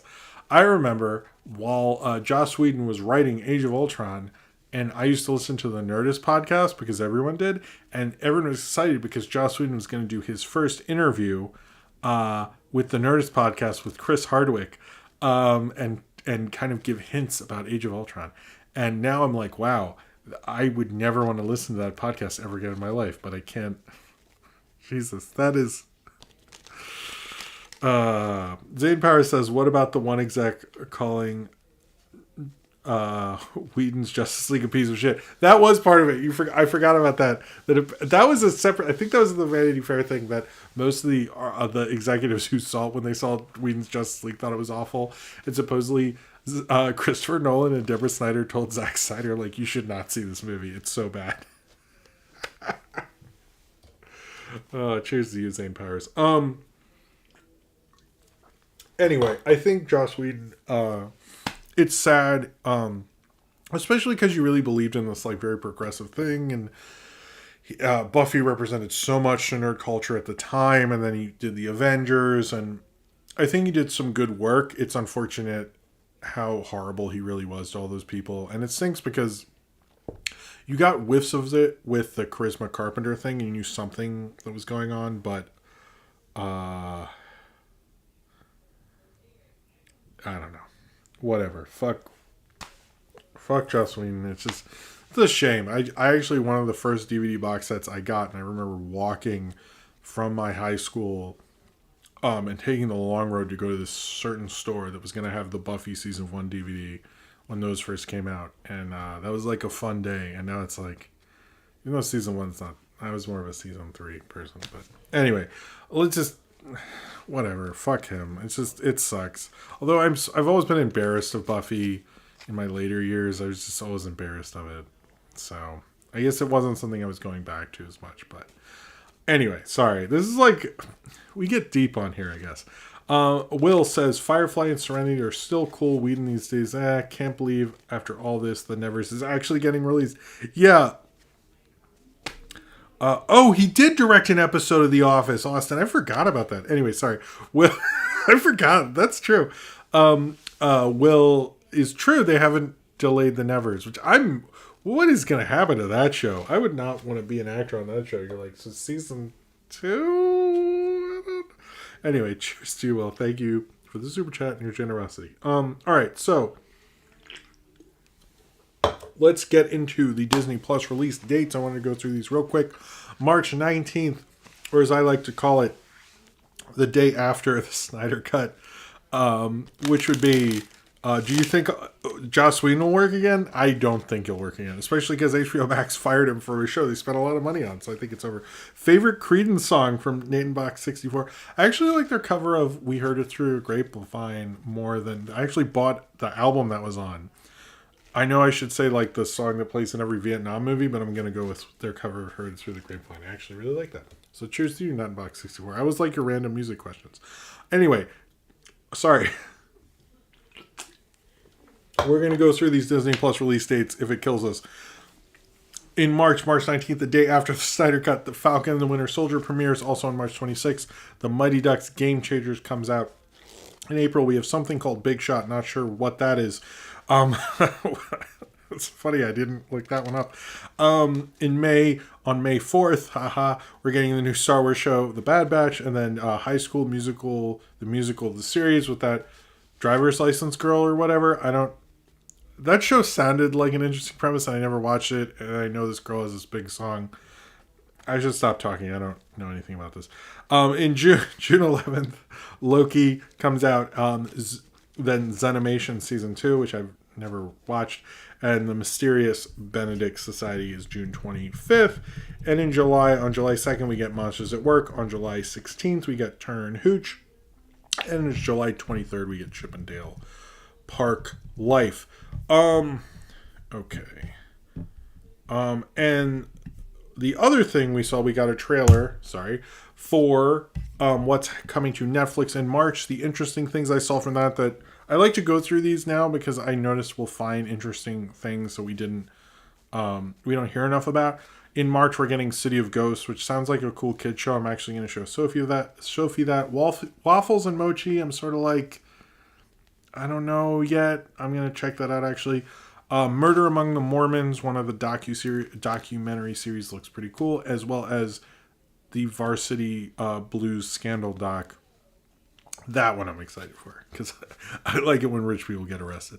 That's a thing for me. All right, next up. These are actually just a bunch of projects which we're kind of going to close out with until we get to an Obits. And sort of a new thing with that, but we'll get into that after this. But I have a couple things. First, we have In the Lost Lands, which is a George R.R. Martin story that's being made into a movie by Paul W.S. Anderson. It sounds the premise actually sounds a little more interesting than hearing that sounds awful. It's going to be Mila Jovovich and Dave Bautista are in it, but I'm going to read you this description so you understand where I'm coming from. The Hatsumiku thing. I don't fully know enough about Hatsumiku. I know they're doing a show. I know Alf claimed he made it. Goodnight Superdrive Minion. I should have talked more about it, but if Alf says he made it, Alf doesn't talk about how he wrote most of the songs for the Beatles. So Alf is very creative. I believe Alf. I always stand with Alf for now, unless he gets canceled, in which I don't want anything to do with him. I never liked him. Okay. In this movie, this George R. R. Martin, Paul W. Sanderson movie, which sounds like Alf definitely created Buffy the Vampire Slayer. It says, this is what this story's about. A queen desperate to fulfill her love makes a daring play. She hires the sorceress, Grey Alice, a woman as feared as she is powerful, sent to the ghostly wilderness of the Lost Lands. Alice and her guide, the Drifter, Boyce, played by Dave Bautista, must outwit and outfight men and demon in this fable that explores the nature of good and evil, debt and fulfillment, love and loss. That sounds sort of interesting to me, at least. I don't know. Alf wants to eat, but see, that's why Alf can't come over, because we had an incident about that. I don't really want to talk about it. I have 3 cats here. I have a family. I told Alf he can't behave that way in my house. And he got drunk, started claiming he got Hatsumitsu, how Salty DK Dan won't talk to him. And which I agree, Salty should call Alf. Salty, call Alf. Like, what's your deal, man? Definitely at Salty, say, why won't you call Alf? He hasn't responded in a while. I think he's just like, Jim, give it up. All right, other things. David Fincher has announced a new movie called The Killer, Why is everyone freaking out about this? Because you have seen a lot of press about this. Actually, it is a thing. He's reteaming with the screenwriter of Seven, Andrew Kevin Walker, who will adapt a graphic novel series called The Killer. Originally, Brad Pitt was announced to do this forever ago. This has been planned at Paramount like 7 years ago or something. But now Michael Fassbender is doing it. I'm glad for that because Michael Fassbender needs a good movie. Next, we have The Actor with Ryan Gosling. This is going to be directed by Duke Johnson, who is the co-director on Anomalisa, which is why I'm talking about it now. And it is about a man with damaged memory as he struggles to rebuild his life after being left for dead and hospitalized in 1950 Chicago, and it's starring Ryan Gosling. That sounds pretty cool. There is a Soderbergh movie written by David Kemp. It centers around a agoraphobic tech worker played by Zoe Kravitz who discovers recorded evidence of a violent crime during an ordinary data stream review and tries to report it up the chain of command at her company. Met with resistance and bureaucracy, she realizes in order to get involved, she will have to do the thing she fears the most, leave her apartment. A good, well-written thriller script directed by Steven Soderbergh, starring Zoe Kravitz, sounds actually really cool to me. So I'm excited for that, actually. I like Steven Soderbergh a lot. I need to watch that Meryl Streep movie he did on HBO Max, and I know he has a deal with them. So it sounds like they're excited for that, and also he's using a star from the Batman thing, which I'm sure Warner Media was happy about. The Lucas brothers, who helped write Judas and the Black Messiah, believe it or not, are getting more power in Hollywood and getting a lot of talk around studios and stuff, and they're actually teaming with Judd Apatow for a semi-biographical movie. J.J. Abrams has a show called Subject to Change. It is about a desperate college student who signs up for a clinical trial that begins a wild, harrowing, mind and reality-bending adventure. That actually sounds kind of cool, and J.J. Abrams came up with it. Sounds like he's actually going to make neat stuff with his Warner Media deal and not just make like Superman movies and stuff, so that's cool. And then finally, before we get to this Obit thing, Gareth Evans is making a movie with Tom Hardy on Netflix. I think I previously might have mentioned it, but I wanted to go a little more into this. It actually sounds really cool. It's going to be more of a martial arts thing and an action thing, not like his last horror movie thing, which I just didn't see because I was like, do I really want to watch a Gareth Evans thing without martial arts? That sounds awful to me. But after a drug deal gone wrong, when a bruised detective must fight his way through a criminal underworld to rescue a politician's estranged son while unraveling a deep web of corruption and conspiracy that ensnares the entire city. This will be on Netflix, and it sounds amazing. All right, so 2 things right now. 1, I wanted to do a thing where I shout out a comment every stream, like a comment that, like a cool comment, because I get cool comments, and then I'm like, I'll put it on Twitter or something, and then I forget. And I was like, I actually should do something. I know other YouTubers do that, and I do get neat comments. So, and like people will say things like on a lost film file, they're like, I have a memory of this actually, and like I never do anything with that. So that's what I'm going to do. This is really what it's for. It's like a cool memory or story or something like that kind of comment. Not just like Jim's face looks weird or something. Don't put that. Or if you do it in an obscure review from 2013. Particularly that Jack Ryan Shadow Recruit. It's like my least viewed video of all time. Anyway, but this one connects to Obits because I thought nobody died this week, even though...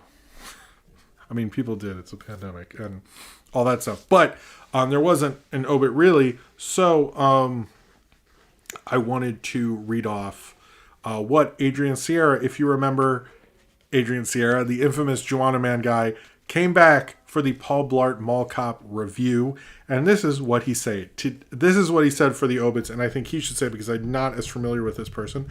And I'm going to use his thing. Someone tell him that I read this on the stream. I will probably tell him after the show. Today died one of my favorite people, a funny guy who could break your heart as well. His name, Ningman Tot, I think. God damn. I can't read nothing good. My wife's having a fun time on the phone call with her friend, though. That's good. We're going to put this... I'm sorry, because I can't read. Anyway, but you could call him Ponman, Boboho, or Uncle Tat. Worked with Stephen Chow in over 20 movies, and every time they were on screen together, magic would occur. No matter how funny a Stephen Chow movie is, it always felt like it was lacking something whenever Uncle Tat wasn't there. To me, through the role that will always stick with me is his role as Chang in Love in the City. He made the movie and in the process, he broke my heart and put it back together again. He was one of the greats, and I am sad to see him go. I leave you with the trailer. These are linked in the comment. I leave you to the trailer of Love in the City 1994 and clips from one of my favorite Stephen Chow Mentat pairings, Love on Delivery. R.I.P. So, I thought that was very touching. I thought I'd read it. And Adrian Sierra came back. That doesn't actually happen as much as it used to. So, anyway, I'm going to go to the bathroom real quick. Then we're going to talk about WandaVision. I will put a spoiler thing up. Then we will do what to watch. And then we will do questions in the last half hour of the show. But I wanted to say thank you all for being here.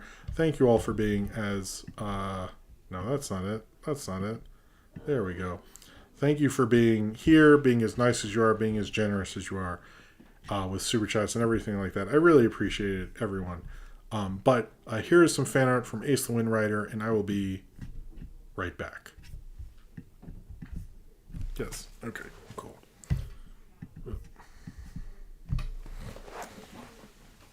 Hey, Buster. Buster, do you want to hang out? No? Okay. No? Where are we going, Buster? Where are we going?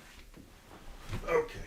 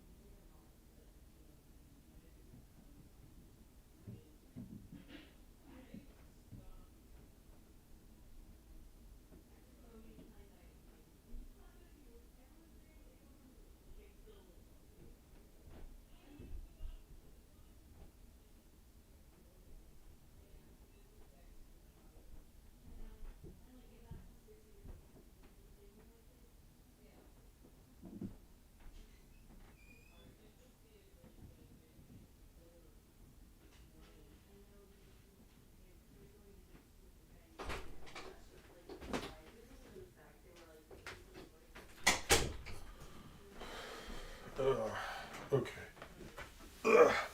Okay. Ow. Okay.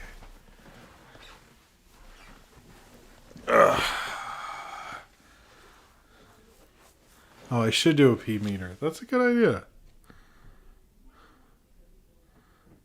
Who's gonna tell him?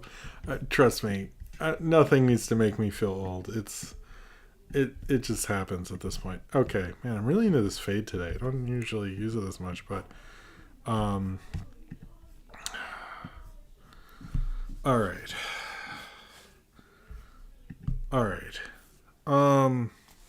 Was Alex here? All right. What are we doing? Next on Jim Jr. Oh, WandaVision. Man, I wrote a lot of notes on this thing. Yes, I actually write out my notes for when I do reviews on here, actually. All right. Let me drink some water.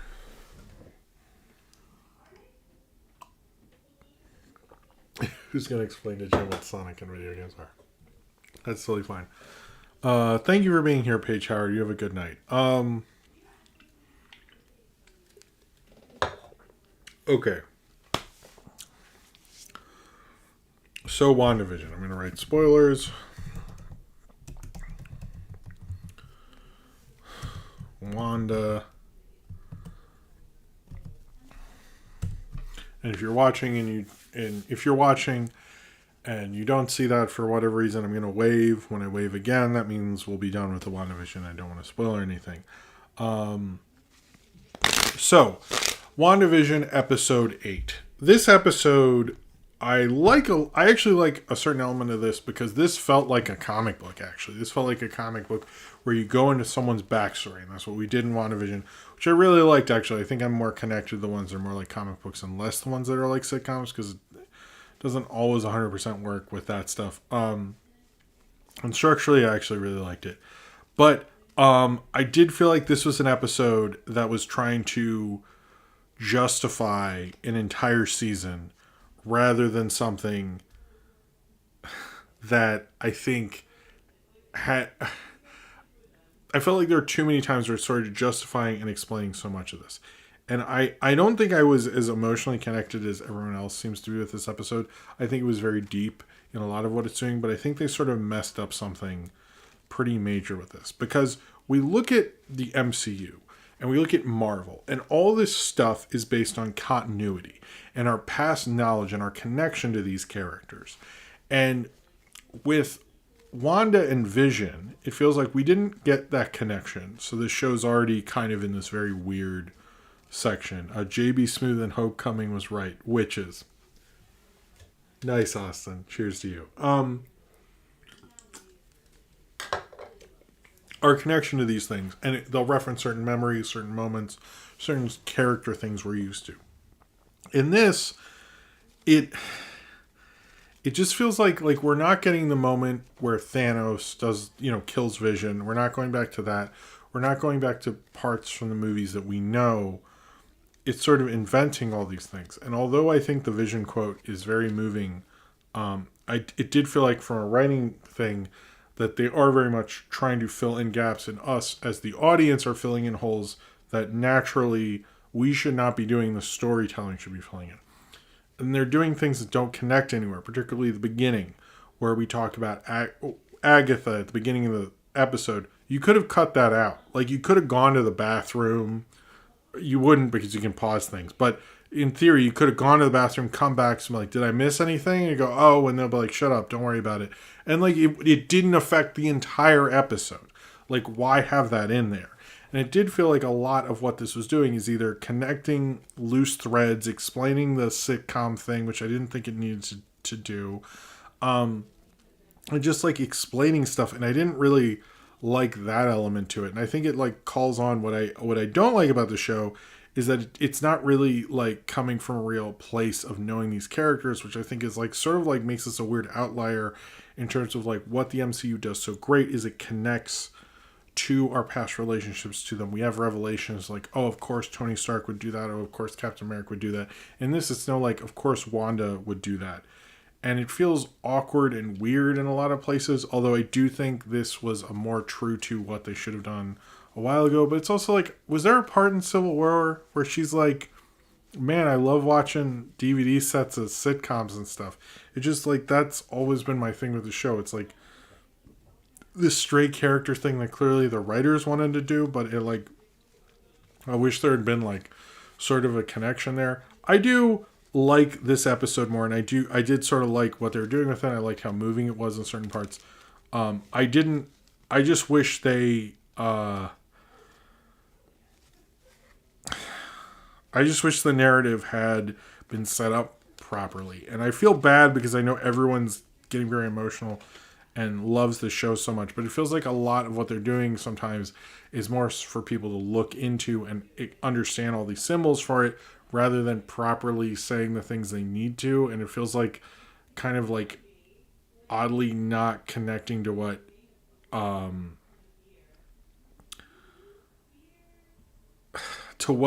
don't know, it just doesn't connect to what these kind of characters and what the storytelling is.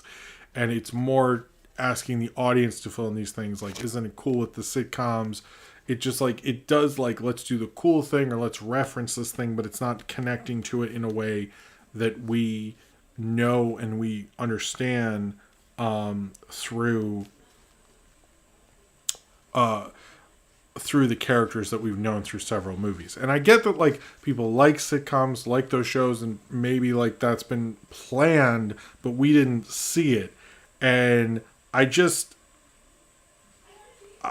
I don't know. I I just feel like a lot of like them bringing up like the thing with her parents and everything like that. I did like finding out like she was a mutant before. I thought like that was like okay, that I liked. Like there's certain connection things I like, but I also like I've heard people say that they wouldn't want to watch this outside of how we're watching it now in a weekly format. Like it wouldn't work in a binge. Like you'd question more things, and I sort of believe that. Like it wouldn't. I don't know. I also am like, where's Monica this whole time? Like what happened to her? I just, but I'm a 90s kid and White Vision at the end was like, was pretty cool. I grew up with White Vision. That was my vision when I was a kid. So, I don't know. I still feel like a lot of this is referencing things and sort of confusing you into believing it's more of a narrative connection than it necessarily is. I felt like this worked a little better than it in its sort of awkward way, but I just, from a storytelling perspective, it continues to be a show that's very awkward fit into the TV format. I wish someone had who's maybe a better writer had taken on this show. Because there's like certain episodes, like I felt like they stayed in the sitcom world a little too long, where you're like, where are we going with this? Like it's not done like an arty strange way. Like it's not like Kelly Reichardt or something where I'm like, oh well, this silence and this movement says so much. Like it just felt like they don't know what they're doing and they don't connect to it. And like I just feel like the MCU has very literal place in how it does characters and storytelling and plotting, and the show continues to like not want to do that. And it's like kind of this awkward thing where it's like, it's not that I can't accept TV or I'm too stupid or I don't deserve it and all those things. I think it is just like the show like didn't really think out itself the way like the planning of the MC usually works in terms of its plotting. So I don't like that, but I did like how it talked about grief and moving on and things like that. And I like the quote from Vision. I was not as emotional as everyone else. I'm sorry. But I did was more excited to watch the next one, but I am also like, what's going on with Monica? What's going on with Pietro? What's going on with the twins and everything like that? But I'm a little more excited for any of the other Marvel shows to have more of a kind of straight forward kind of lesson and things like that. And I feel like the WandaVision thing, it's a little too muddled for me, and the character motivations are supposed to have sort of a connection to what's going on. They clearly want to illustrate that to what's going on with the sitcom world, and I wish there was more of a connection with that. And obviously I've read about how the Dick Van Dyke episode, which I've seen before, and I thought, oh, is that what they're doing? How that's an episode about a dream and how people were watching TV and a dream that was caused because of TV shows, and how that's her favorite episode and how that says so much. I thought that was actually very clever. The Dick Van Dyke Show is awesome. You should check it. Seriously, the Dick Van Dyke Show is great. I shouldn't, like, if you're watching anything because of it, it's the Dick Van Dyke Show. I'm sorry if you all hate me for, White Vision might be the worst name though. That's true. I'm sorry if you all hate me for, I know he wasn't called White Vision. He was just called Vision, I think. I forget. Doesn't matter. I know you all probably hate me for not liking it as much as everyone else. So, but I'm actually still excited for Falcon and Winter Soldier, to be honest with you. But I continue to not love it as much. But I think this episode was probably more interesting. And I almost wish this had been the first episode, to be honest with you. Would that have worked better if we had seen her connection at the beginning rather than this sort of like ending kind of thing? Like structurally,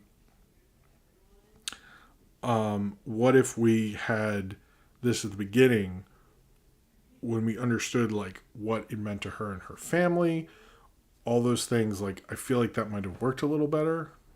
Now that I think about it, actually it would.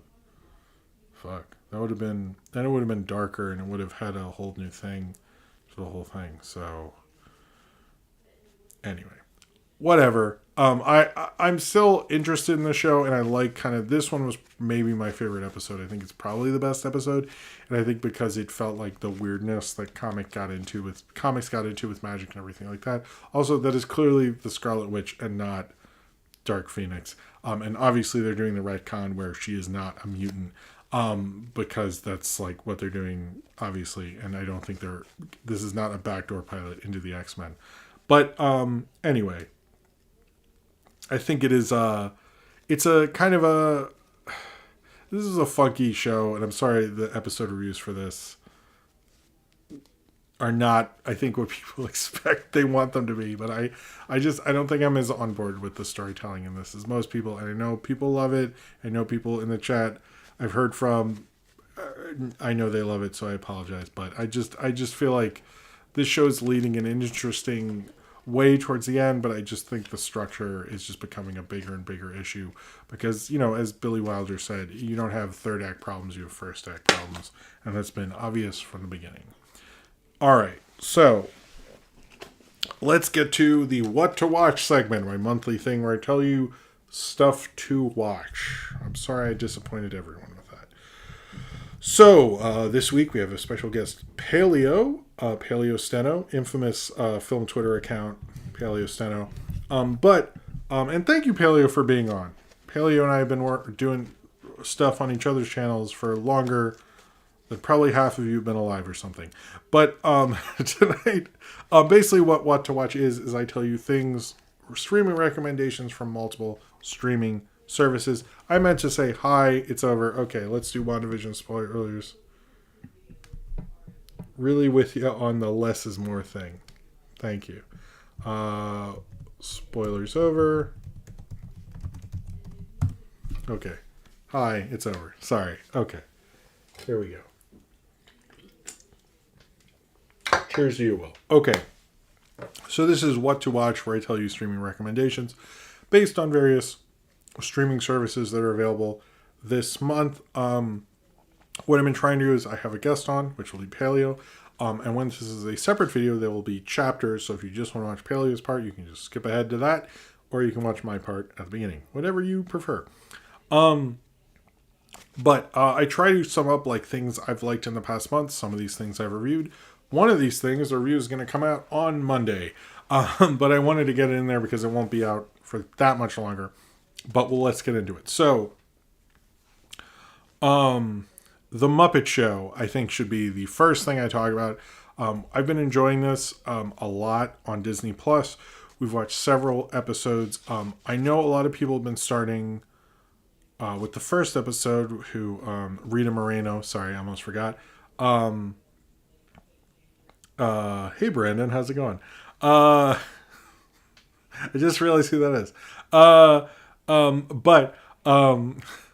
Nice to see you here. The Muppet Show, I think if you're wondering what episode to start with, because I think Rita Moreno, great actress. It is actually a good episode. I don't think it's the best episode to start with. Just seriously watch the Star Wars episode with Mark Hamill. If you're not so into the Muppets, it's like an easy in because you like Star Wars. If you don't like Star Wars, the Linda Carter one's actually really good. I watched the Liberace one. That one's fine.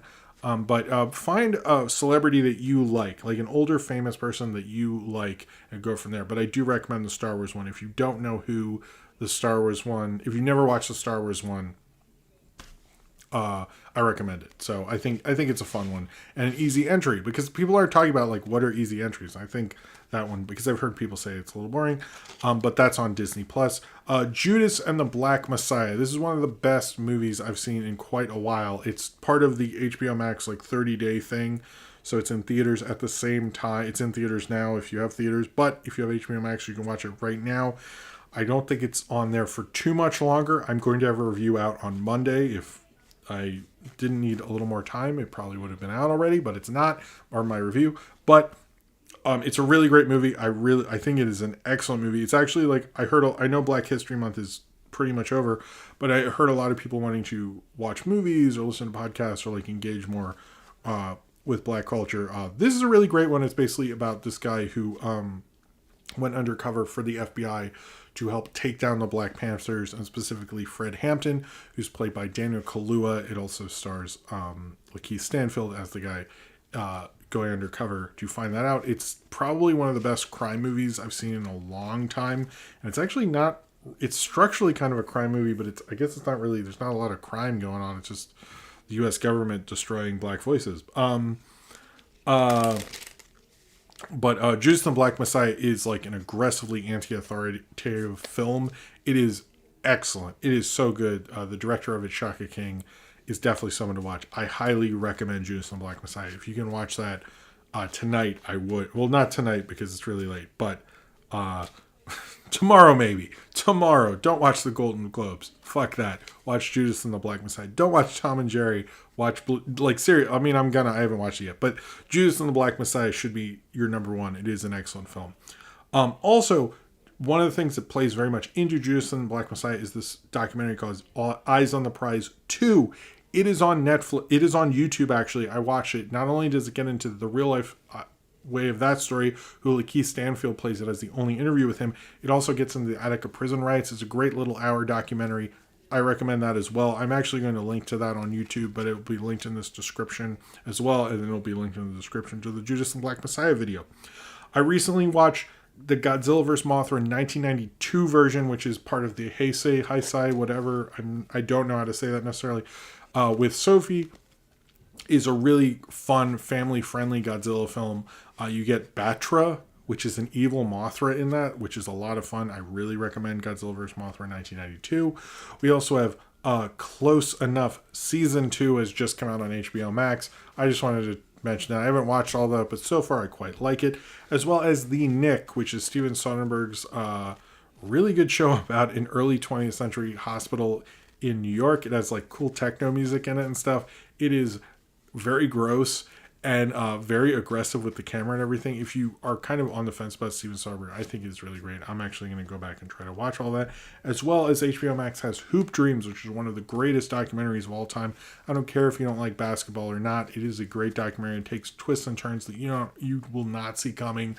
It is an excellent documentary. It's so enrapturous. I want to rewatch that again, and I highly recommend checking that out. So that is on HBO Max as well. HBO Max has sort of taken over my family, basically. Like, we're watching a lot of HBO Max lately, as well as HBO Max has what Spike Lee called a motherfucker of a movie, which I totally agree with, is Midnight Cowboy. It is one of the great American movies.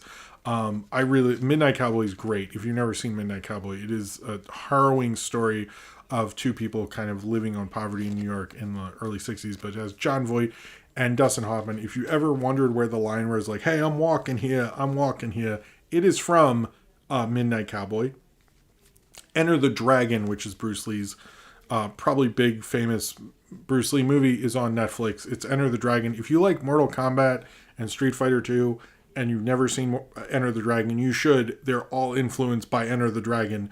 It's one of the greatest martial arts films of all time. But seriously, Mortal Kombat totally rips off Enter the Dragon all the time. That's on Netflix. And I have a bunch of Tubi stuff. Dead End, which is where the Bowery Boys come from. It's a Humphrey Bogart movie. It's a nice little drama. It makes you take the Bowery Boys or the Dead End Kids a little more seriously. You also get Marty, which is the only American film, let me preface this, the only American film to win the Palme d'Or at Cannes, and, oh man, we are running late, the Palme d'Or at Cannes and win Best Picture as well. The only other film to ever do that is Parasite. And Marty, in all of the world in film history, are two movies, Marty and Parasite, and Marty's the only American one. In a Lonely Place, which is a really great Humphrey Bogart film about him being a screenwriter, and it's a nice film noir, is really good, as well as The Hitchhiker, also on Tubi, which is the only film noir during the studio era, which was directed by a woman, Ida Lupino. It is one of her best. And then finally, I recommend the Johnny Carson channel on Pluto TV, because it's nice sometimes to see Johnny Carson just talk to Mel Brooks at midnight while you're editing, finishing making a thumbnail for a video. I recommend that. Anyway, let's now listen to Paleo's recommendations, which are mostly, well, he'll get into that. He will get into what it is, but let's get into Paleo's recommendations for streaming. Thank you very much, Paleo, for being on. And here... Hey everybody, Paleo here, and Jim asked me to give you some suggestions for movies to watch.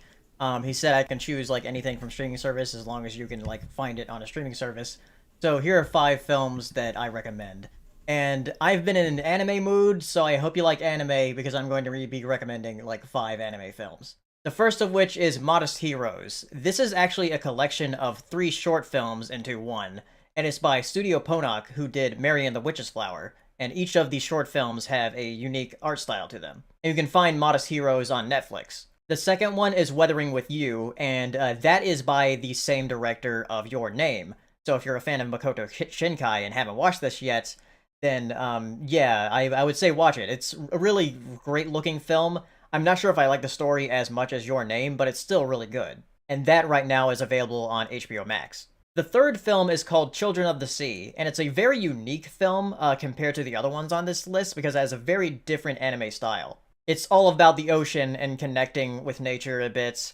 It gets really weird at the end, but it's still a good ride. And that is also available on Netflix. My fourth one is Night is Short, Walk On Girl. Like Children of the Sea, this one has a very unique style compared to other anime films. It's about a girl experiencing her adulthood and through the eyes of like different characters that she meets throughout this very long night. Ironic since the title is called Night is Short. It's a very fun slice of life movie talking about different subjects with each of these things that she encounters throughout the night. And that is also on HBO Max. And then my final film I watched very recently, and that is Oko's Inn, which is also sort of a slice of life film. It's about a little girl working at a very traditional hot springs inn, while at the same time dealing with the loss of her parents. So if you're in the mood for a slice of life film, but also some hard-hitting sad parts, then watch this. And you can watch Oko's Inn on Netflix. So those are my recommendations for you to watch. Next time, if I do something for recommendations for Jim, I might do another sort of theme with what I recommend. So thank you, Jim, for having me on, and I'll see you next time. Bye. Thank you very much, Paleo, for being on the show tonight, and thank you, Paleo, for being in the chat. I need to see the Modest Heroes one. I missed that one. But yes, if you want to see the list of our recommendations, they'll be in the description below. This is a separate video, guys. It's cool. And thank you very much, Paleo, for being on. These are great recommendations for you to watch on streaming while you're still bored in quarantine. Thank you very much for watching. Please subscribe and check out Paleo's channel. It is really great. He's been making great content for a while now, and I'm proud to have worked with his channel before, and I'm very thankful for him to be on mine again as well. But yeah, let me know in the comments below what you would like for me. Tell me in the comments some streaming recommendations that you have. Thank you very much for watching, and subscribe if you would like to. See, there you go. All right, so let's do questions. We are running very long. I don't know how this fucking happened. I'm sorry about that. All right, let's get to the 2 Patreon questions, and I'm gonna try to end in about 10 minutes, so I'm sorry about that. But Jordan Bouchard, what were some of your favorite comedies from childhood, teenage years, and adulthood? I would say the Brady Bunch movies were a big deal, actually, to me growing up. I would say those, Anchorman, Airplane, This Is Spinal Tap, those kind of things. Sinram says, when you make a video inviting your viewers to participate in the movie review vote, how do you determine what order you read the titles in? I have like an old list, and I just sort of go by it. It doesn't really make any sense. Sometimes I read forward, sometimes read back. It's very silly. I don't think there's any way it makes sense at all. What the order I do it in. I'm sorry, Sinram. It's just sort of how I've done it, and that's how I do it. But it does seem to be in some sort of a strange order. Maybe I'll reorder it at some point. I have thought about that. Maybe randomize it a little more than I do.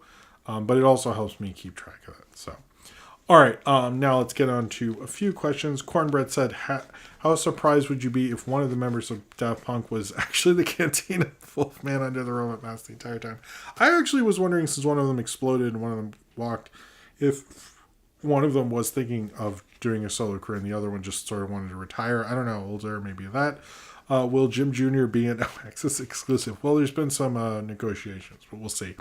Cornbread, thoughts on Daft Punk's lesser-known sibling, Kraft Punk? He's a prankster who's made multiple appearances on the Eric Andre show. I don't actually know. I haven't watched as much Eric Andre as everyone else has, so I don't know. Mblood T question, the Monster Hunter movie that flopped so hard is coming in my local theater. Should I risk COVID for it out of pity? No, that is not worth it. Sunspot Mill, which required reading books would you like to see get adapted into animated film after The Great Gatsby? Yes, there's now an animated Great Gatsby in Mark. I guess Catcher in the Rye, maybe. Yeah, let's say that one. Oh, damn it. Where did I... Yeah, I guess that... I can't... We read Kafka in school. Kafka would be cool. I think there is one though. Same powers with all the announcements that have been made with Warner's and HBO Max. How are you feeling about the direction they are going in and their prospects with the new leadership? I actually think it's a really good streaming service. I think they need to kind of streamline it a little and make they are pushing close enough, and they are pushing newer stuff, but I wish they organized it a little better. I think they're like almost there actually. I do think some people are like, I am worried about what they're going to do with Adult Swim and Cartoon Network overall. We don't actually know what that is, but it does feel like they're going to try to diversify. There's just a lot of growing pains, but also look at what they've done with Looney Tunes and Tom and Jerry recently. I think that's pretty cool. Austin, what's a prop from a movie you would like to own? Probably a lightsaber, to be honest with you. And Blood Tea, bruh, I can't smoke and watch Jim streams. You can't? Bro, you totally can. Hey, and Blood Tea said, hey Jim, I may want to tell you that the Raya and the Last Dragon is supposed to be the celebration for Southeastern Asian representation, even though Southeast Asia might be the last place we could see it. That's sort of lame. I don't know why that worked out that way. Would Alf and Creech get along from the town of Foga? Absolutely. I think there'd be some growing pains, but they would eventually get there. TuneJ723 just saw Singing in the Rain for the first time today. Why was it so important for her to talk to the bush if they could just lip sync? A lot of them actually, I've seen ones that do lip syncing, and it was weird. And I actually don't know why they didn't just do that because it would always sound nicer. But they felt it was a little unnatural. It was hard to do, and it had a sort of weird quality to it. So that's actually why they didn't do it. But if they could lip sync, why? I guess because they did that in the movie. I guess because the sound transition was very awkward, and they didn't know what they were doing. They just didn't know what they were doing. I think that's why. Why didn't they just like shoot it a different way? Because they thought they could shoot it the first way, and then went, oh well, okay, maybe we'll lip sync it later, and all that stuff. Major Mekazawa, I've been on a huge Romero kick recently, so I'm curious, what is your favorite non-zombie film that George Romero directed? Martin. I've been wanting to review Martin forever. I need to do that. Question, when do you plan to watch Disenchantment? It gets significantly better as it goes. I don't know if I ever will, but I should. I should at some point. Ace the Wind Rider, paper or plastic? I usually bring my own bag and paper. Disco Spider, what are your favorite Laurel and Hardy movies and shorts? I've only seen The Flying Dutchman, and my favorite is the one I've reviewed about Christmas trees. Them delivering Christmas trees, which is like hilarious. Sam Satan asks, favorite ABBA song? Oh, fuck. SOS? I think it's SOS. Maybe SOS. Yeah, let's go with that. Did you and Ian often go to events in Santa Foga? Not too often. We went to that one. Eric Medallo. Did you and Ian watch Rush Hour with Chris Tucker? I don't think so. We were more into like not the American Jackie Chan stuff. Would Alf and we did that one. Not plausible. Would a theoretical Paul Blart 3 work better as a gritty reimagining or as a satirical poke as itself? I think there shouldn't probably be one, but maybe if it was on that, maybe if they just got the same vibe, because I think people sort of like that sweetness. I don't know. Maybe the second one wasn't as sweet. Did you know of a streaming service hosting Ralph Bakshi short films? I do not know, Jaden K. I have not heard about that. That would be a good idea. Jordan Salafalo, what actors have talked about society in their movies just like Joker? I guess the Taxi Driver. Wes Snyder, I just watched the biopic Walt Before Mickey this evening. Have you seen it? I haven't, so I don't think anything. There's a super chat from Nattenbach64. I got myself vinyl today that is close to potential being sold out on B&E. Well, congrats on your vinyl purchase, Nattenbach64. Let's do a couple others because I'm getting a little tired. I'm sorry. Frank Clark, Polygon released an article recently on a Monkey Island film that was never finished with Steven Spielberg. What are some movies that were never finished that interest you? Actually, there's a really great podcast called The Best Movies Never Made. They did one on Heat Vision and Jack. That was a really great podcast. They did a Friday the 13th reboot that sounded really good. The Steven Spielberg kind of follow-up to Close Encounters that became E.T. That was very interesting. There's a lot, but listen to The Best Movies Never Made. It's a great podcast. Black Saxon Winkle. I just bought textured vegetable protein off Amazon. What should I be the recipe? I have no clue about that. Jim, please watch Black Art on HBO Max. I don't know what that is, but I'll look into it. Any idea where I can get some of the experimental internet gas that Marvel was talking about with their character screen time? I don't know what that means. Um, do you believe Tron Legacy wouldn't be the same without? Oh no, it wouldn't be the same without the Daft Punk soundtrack. I 100% believe that. Would you like the new Terminator series for them to say, "Come with me if you want to live, and I'll be back again"? Maybe not. Austin asks, "Can this be the last question? That what's your favorite Pokemon?" It'd probably be Pikachu or Snorlax. I'm sorry, I read that even though it wasn't. Let's do two more thoughts on the Oddworld games. Don't know what that is, so maybe not. What are your thoughts on the people saying people are trying to cancel the Muppets? I don't think they are. They just didn't want the creepy ones on Disney Plus. And what's going to be the worst Golden Statue related event tomorrow? The Golden Globes or CPAC? Probably the Golden Globes. All right. I think that is it for tonight. Sorry this went a little long. I guess it was a pretty big show there. Thank you all very much for being here. Thank you for all your generosity with the super chats tonight. Thank you for Paleo for being on. Thank you for everyone for being here on a Saturday night. I really appreciate it. I'm going to have WandaVision tomorrow, Juice and the Black Messiah Monday, and hopefully Tom and Jerry on Tuesday. We'll see about all that. But thank you all very much for being here. You guys all have a great night, and I'll see you guys all next time. And yeah, and subscribe if you would like to. See you next time. Bye.